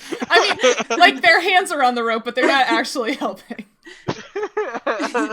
You trusted your life to Cedric twice. And If I mess this up, I will be Nadia's- dead. We'll miss you though. There's another 12. Sarah says, up the cliff, up the cliff. Do you want to take another advantage on a roll? Yes, if we have it. Yeah, okay. Take it. Literally only being kept alive by our viewers right now. Thank you so much, fam. you so We much. love you. I'm sure they're getting sick of it now, like having to keep redeeming because I'm gonna keep being dead. Hashtag save Fletcher. 16. Okay, you make it the Yay. last third, elbow your way up over, and yeah, you see, like, Cedric and Nautia still have their hands on the rope, and you're like, what are you doing? They're like Yeah. chewing on the rope. We're arguing about, but I'm pretty sure I could lift that rock over there. All right, one more person, let's go. What if Nautia helps, like, with the person, kind of like pushing them from underneath? Like, what if you're sort of pushing Kay to alleviate her weight, and Cedric and I are up pulling the rope? You could try that. Okay. Because then it's not as hard physically for Kay to be pulling herself up because she's getting a little push, and we are pulling, so it's like she's coming up faster. Okay. Just trying to imagine Nadia, like with her hands on Kay's butt, like flying Yeah. up where it's really hard. Basically, I was just trying to decide which, like Right. the Grab super by her uncomfortable, belt. like arms under the armpits. I'll Something with a butt lift. My God. So Fletcher and Cedric are pulling on the rope. Yeah? Yeah. All right. Yeah. Fletcher, what is your strength modifier? 0. Okay. Cedric, make a strength check. Oh, fuck. No! It's a 3. Oh my god. I hate us so much. Oh my God. Why? Record, it's the dice that are killing us, not Yeah. necessarily the decisions we're making. No, I that's, mean, that's to true. be fair, we did have to make 9 checks for this, Yeah. right? So, Yeah. like, that's a lot of opportunities for fucking It up. is true. Oh my god. My We God. need all of them. Oh my God. Cedric, do you want to take the advantage that Qui-Gon just redeemed, or are you going to leave it? I feel like I should leave it for K. Okay. Yeah. Nautia, make a strength check. You can do it. You can't roll worse than me. Oh no, did you roll worse God than me? I damn it. rolled a 2. Come on. 6. All right, Kay, start climbing. I'm so upset right now. You got 3 people supporting you, Kay. Real emotionally supportive group here. Not a very physically supportive group. Too bad my ass is fat and it's not gonna help. All right, I'm gonna make a climb check. I'm feeling real good about myself. It's a little bit of grease on your armor. Oh, I boy. got a 1. I rolled a 1. Do you want to use the advantage? Yes, I do. Okay. Well, this is like the first. This is the first one, though. I think I can fall. Thank you, viewers. I think I can make. I mean, how much damage can I possibly do myself? It's a 1. I'm gonna re-roll it. Okay. I got a 9. You slide back down to the bottom, but you don't take any damage. Yeah, good job. Excellent. With a 1, you probably would have sprained your ankle or something like that. Probably. First. I'm try again. I got a 3. You've got a lot of rope burn, and like you're still hearing the clicking sound, and it's really distracting because you don't know what it is. Anytime, Kay. You just gotta get started. I noticed. I'm gonna pretend. Can I have like thought about Fletcher and realize that his hands were covered? I will do that. Okay. I will like rip off a piece of whatever clothing I've got Sure. and do that too. An 11. It's really, really shaky. And you slip a few times, but you make it the first third of the way up. All right. My team has left me to die.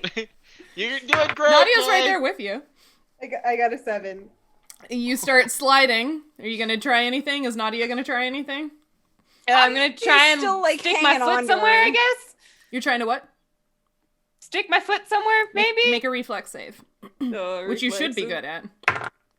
Yes, I'm very good at the reflex save with a 22. Yeah, you do a baller heel hook, even though you've never done a heel hook before. I don't even know what that is. Excellent. I did it. And you stop yourself from falling. Perfect. Continue climbing then, I guess. Okay. While everyone's silent and useless at the top. So- I'm with you, trying. I can't Just get over not- a rogue being bad at climbing. 3-5 I'm is so so bad. confusing. I have no strength. I'm weak. I rolled a 2, but because my strength is -1, it's a 1. You start sliding again. I try and Reflex save to catch her. again. I got a 13 to try and save myself. Nadia, did you say you wanted Can to? I assist with that to catch her? Yeah. Reflex to catch her? Yeah. 16. Okay, so you manage to sort of like as she's falling and she tries to grab and she slips and keeps falling, you like fly up behind her and like push her so that she's like face smashed against the rock wall and just use the friction to stop her. Yeah. Great. Thanks, guys. All right. Are we still on the second or the third decline of this? Second. I'm gonna try and keep climbing, I guess. Oh, that one went well. I got a 17. Okay, yeah, so after Nautia pushes you into the rock wall, you're like, okay, fuck all of this. And you start, like, powering your way up the wall. So you make it the second and third.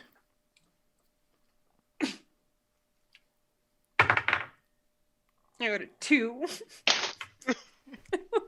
You start falling again. I will reflex save. I got an 8 on the reflex save.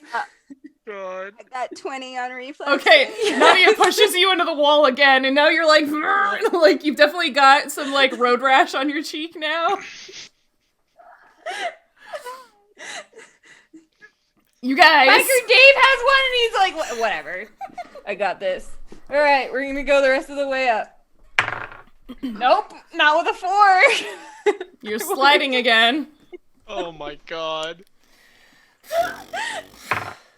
Oh god. A 9 on the reflex save. Nautia, what did you get? No, wait. I got an 11. Okay, between the two of you, you managed to scrabble and hold on, but that one was really dicey. It's yeah. Was it dicey because we're using dice? Mm-hmm. All right. I got a 9. Trying to climb. Reflex save again. You're doing great, Kay. I got a 19 plus 6. Okay, on the yeah, so reflex. you save Yeah, yourself. I got a 16. But Save you've myself. you've Easy. slid. Yeah, you save yourself, but you've slid at this point. Like you're almost back to like being in the 2/3 range instead of the 3/3 range. So I hate this. can't be good at everything. If only we could be good at something. I got a 7. I'm actually gonna cry. Oh my god, you guys. And a 10 on the reflex save. Nautia. 7 on the reflex save. What was that? 7. 7. Oh my god, they all used my advantages. Well, I'm a fall to my death. Oh boy. Oh boy. Wow. Okay. Ah!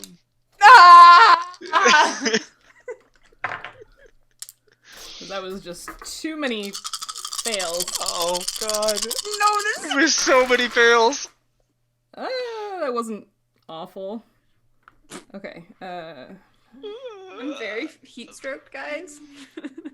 It's okay, the comforting ticking will take me away to my death. 20 points of fall damage. Well, I'm at 13, so I think that is very many negatives. Maybe -7. -7. Yeah, so Nautia, you're trying, and you and Kay have just been having a hard time, and she just slips out of your grasp and goes tumbling and just, at the bottom of the canyon.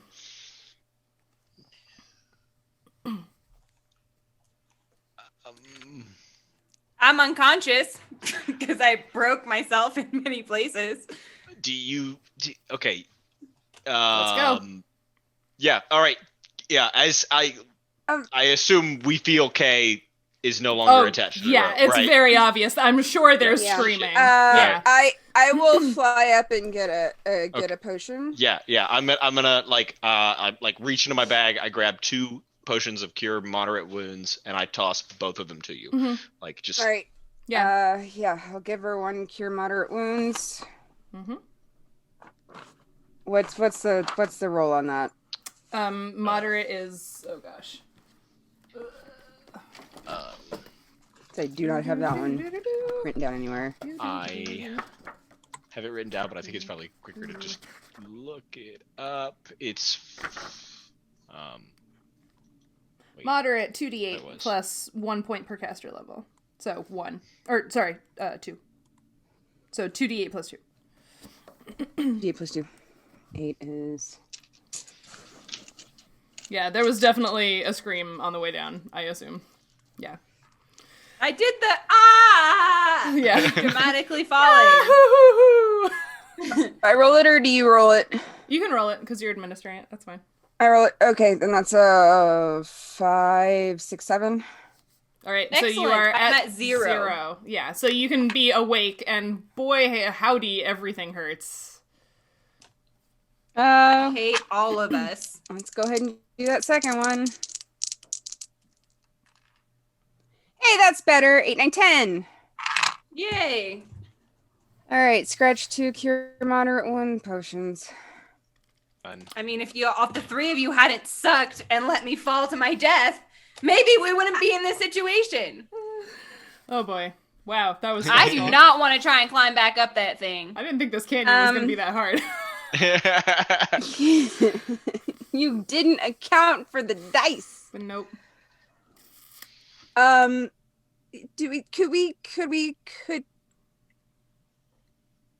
Could we get her tied in some way that she doesn't have to do the climbing? And all 3 of us just pull. Mm-hmm. That was what I was thinking. Sure. Yeah, you can try that. I'm not strong. No, But you hopefully won't. you're light. You don't have to. Yeah, you're light. How much You're does smaller. Kay weigh? Normal human size, just 120 pounds, I think I wrote. Sure, yes, that's, yeah. Mhm. Normal Yeah, human normal weight. Okay, human yeah, size. thank Yeah. you for Totally. that. I am a monster, apparently. Mhm. Anyway, Sorry. it's fine. She's like 17 and 5'4" or whatever. Oh, right, short people. Anyway. I think 5'4" is pretty within that's pretty close me. to That average for a Yeah, woman, I right? know. I'm tall. that was actually me in high school when I was swimming Yeah, competitively year round. Yeah, So I yes, was like I'm sorry. it's possible. My like frame of reference is off because no woman in my family is under 5'6", and we make fun of the one who's 5'6" for being short. So That's like, me and my family. I'm the me. short one. anyway. I'm Yeah, just and shy we're of like 5'4". starving to death in the desert. I'm not eating any bugs. Sure. Okay. Yeah. All right. and had Yeah. been hiking dozens of miles every day for Yeah. a couple of weeks now. Lean Like, and muscly. yeah. Yeah, exactly. Everybody looks like they just got off the AT. Massive Yeah. legs, little Tyrannosaurus arms. Yeah. Especially me, because I couldn't climb Yep. worth That's shit. why. Yep. Yeah, mhm. yeah. All right. So Kay, are you tying the rope around yourself? I will tie the rope around myself. Okay. Use rope. Cedric and Fletcher are like leaning over the top. We're like, is she okay? I got a 19 on using rope. Okay. Yeah. Very you- proficient in using rope. Yes, you Not are. proficient. The potions. I'm alive. No thanks to the rest of you idiots at the top. Try not to drop me. All right, so the rope is now tied around Kay. What are all 3 of you pulling? Yes. Yeah. Okay. I'm actually gonna try to kind of lift from. I don't want her falling. Okay, so you're gonna stay in the same position you were in. Okay. Yeah. So Kay, you're not doing any climbing. I guess I can try. Okay. I'm assuming I hurt everywhere, though. We'll wait on your roll. So Cedric, make a strength check. There's so much pressure on this. And I don't have any assistance, right? This is just straight Yeah. me strength check. Okay, that's a 15. Okay. Nautia, make a strength check for pushing. 8. 8. Okay. So Kay, you can have a +2 on your climb checks. All right. Number 1. A +2, you said. Good. Uh-huh. You can do it, Kay. 10? Okay, so yeah, you start to climb and you're sliding, you're just like, nope, nope, nope, and you sort of lower yourself back down. Take a deep breath.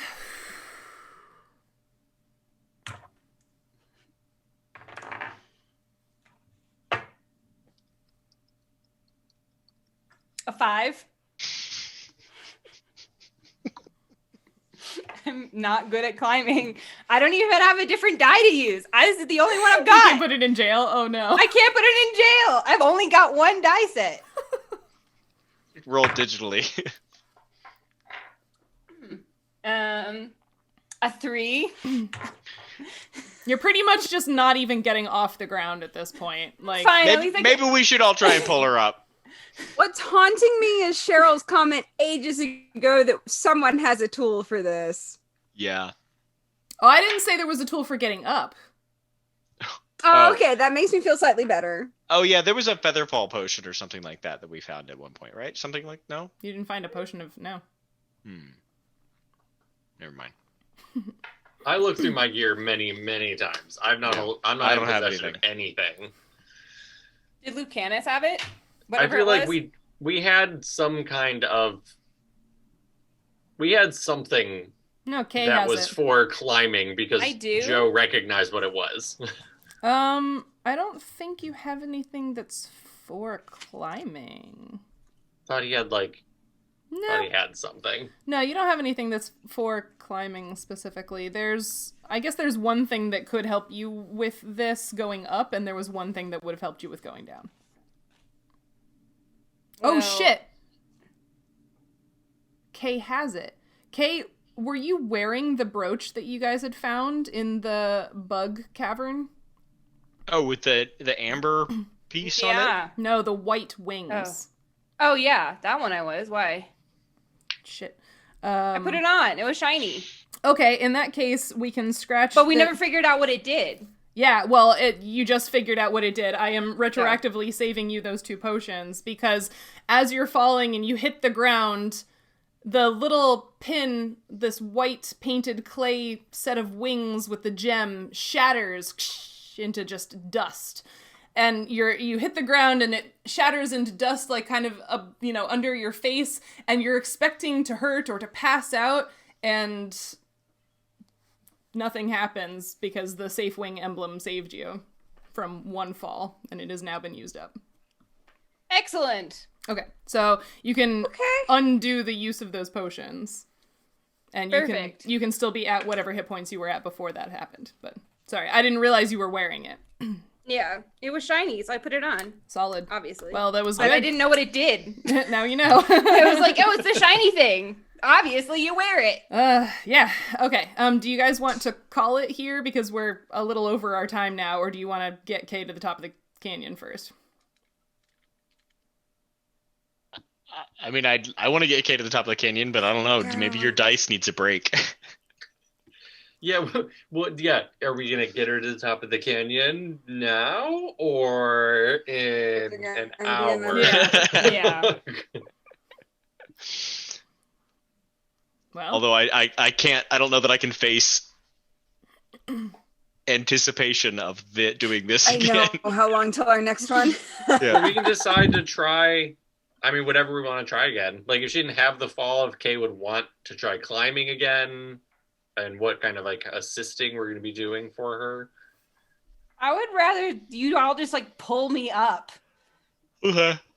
okay. Yeah, let's try that. All right. I think the 3 of us, tug of war style, just all pulling on the rope.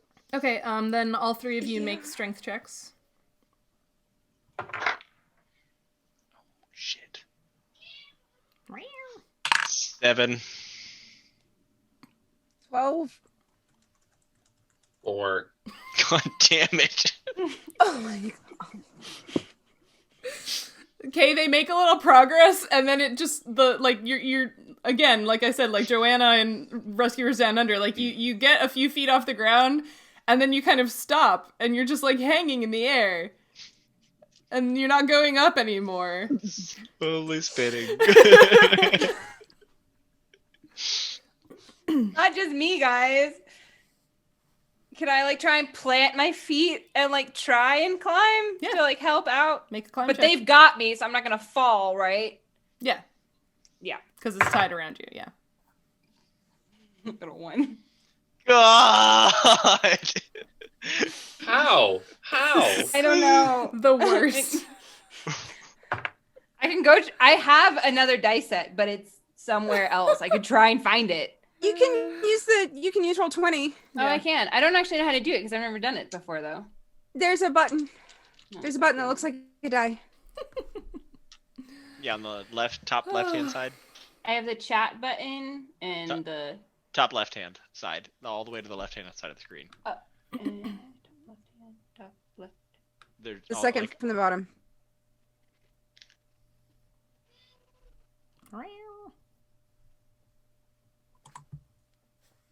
Oh, An 8. perfect. No, I just did that one. Oh, I see. No, that I was see. me. Oh, that was that me was- demonstrating. okay. I see. Sorry. I found it. A D20. Perfect. Yep. I just clicked I clicked A the 4. D20. Oh my 1. god. What is this? The statistical improbability. Should I keep trying? Can feel we like try you're just, pulling again? Tearing out chunks of the sandstone. I will let you guys try one more time, and then we're gonna call it, and you should think about other ways to try it, because, yeah. Okay. Yeah. All right. I'm very stuck. All of you at the top make one more strength check. All right. Oh man. 10. 8. 10, 8, and 18. Come on, Fletcher. and 18. Fletcher! All right, so you make a little more progress. Okay, do you want to try climbing again? Yeah. I got a 1. How did you get 2 ones in a row? Oh my god. God. I'm using the computer. Like, you can't. I know, Like, you I can know. see it. Yeah, I think maybe we'll call it here, and With Kay dangling 30 feet above the Wait, hold on, guys. It's a literal cliffhanger. it's a literal cliffhanger. Will Kay make it out of this canyon ever? I don't know. All the suspense of Kay suspended Yep. in the air. Way to go, guys. Thank I'm you. screenshotting this and putting it in the Discord. 'Cause this is bullshit. Didn't you roll like dozens of ones too, Nancy? Because when you had plus Yeah. 1, you kept saying 3. So those Yeah. were Yeah. all ones Yeah. that were getting. Yep. Yeah, and I have a -1 to my strength, so it's like I'd roll a 2, and then -1 was Yep. Well, yeah. thank you all so much to everyone who hung out in the chat and watched this today. And Hope and you kept us alive. Yeah, thank you Yes. for Yes, redeeming thank your you so channel much. points to keep them alive. Thank you. I hope you enjoyed the discussion about the desert and the scorpions, and also watching Nautia get her animal companion finally. And thanks for enjoying all of the insanity that is this canyon, which I did not think was going to be this hard. So, we're going to be back in 2 Sundays on January 24th, same time. They better get Kay out of this canyon because a special guest will be joining us on the 24th. Super excited. You guys are going to love They're playing this the guest. canyon. Yeah, so stay tuned on the 24th for the first guest of 2021. It's going to be super exciting. You guys are going to love it. There are going to be some games. Yeah, and in the meantime, people are doing video game streams and stuff like that, so, you know, hang out on the channel and see people do stuff. Hang out with us on Twitter. Come hang out with us in our new Discord. Links down in the reference section below. But yeah, thanks for hanging out with us. We're glad to be back. Literally, as we hang. Yep. Hanging out. Yeah, this was a total, like, true nature check episode to start off this new season, so here we are. All right, thanks everybody. We're gonna, you know, go be done for the night, but we'll see you later. And cry in a corner. Bye. Bye.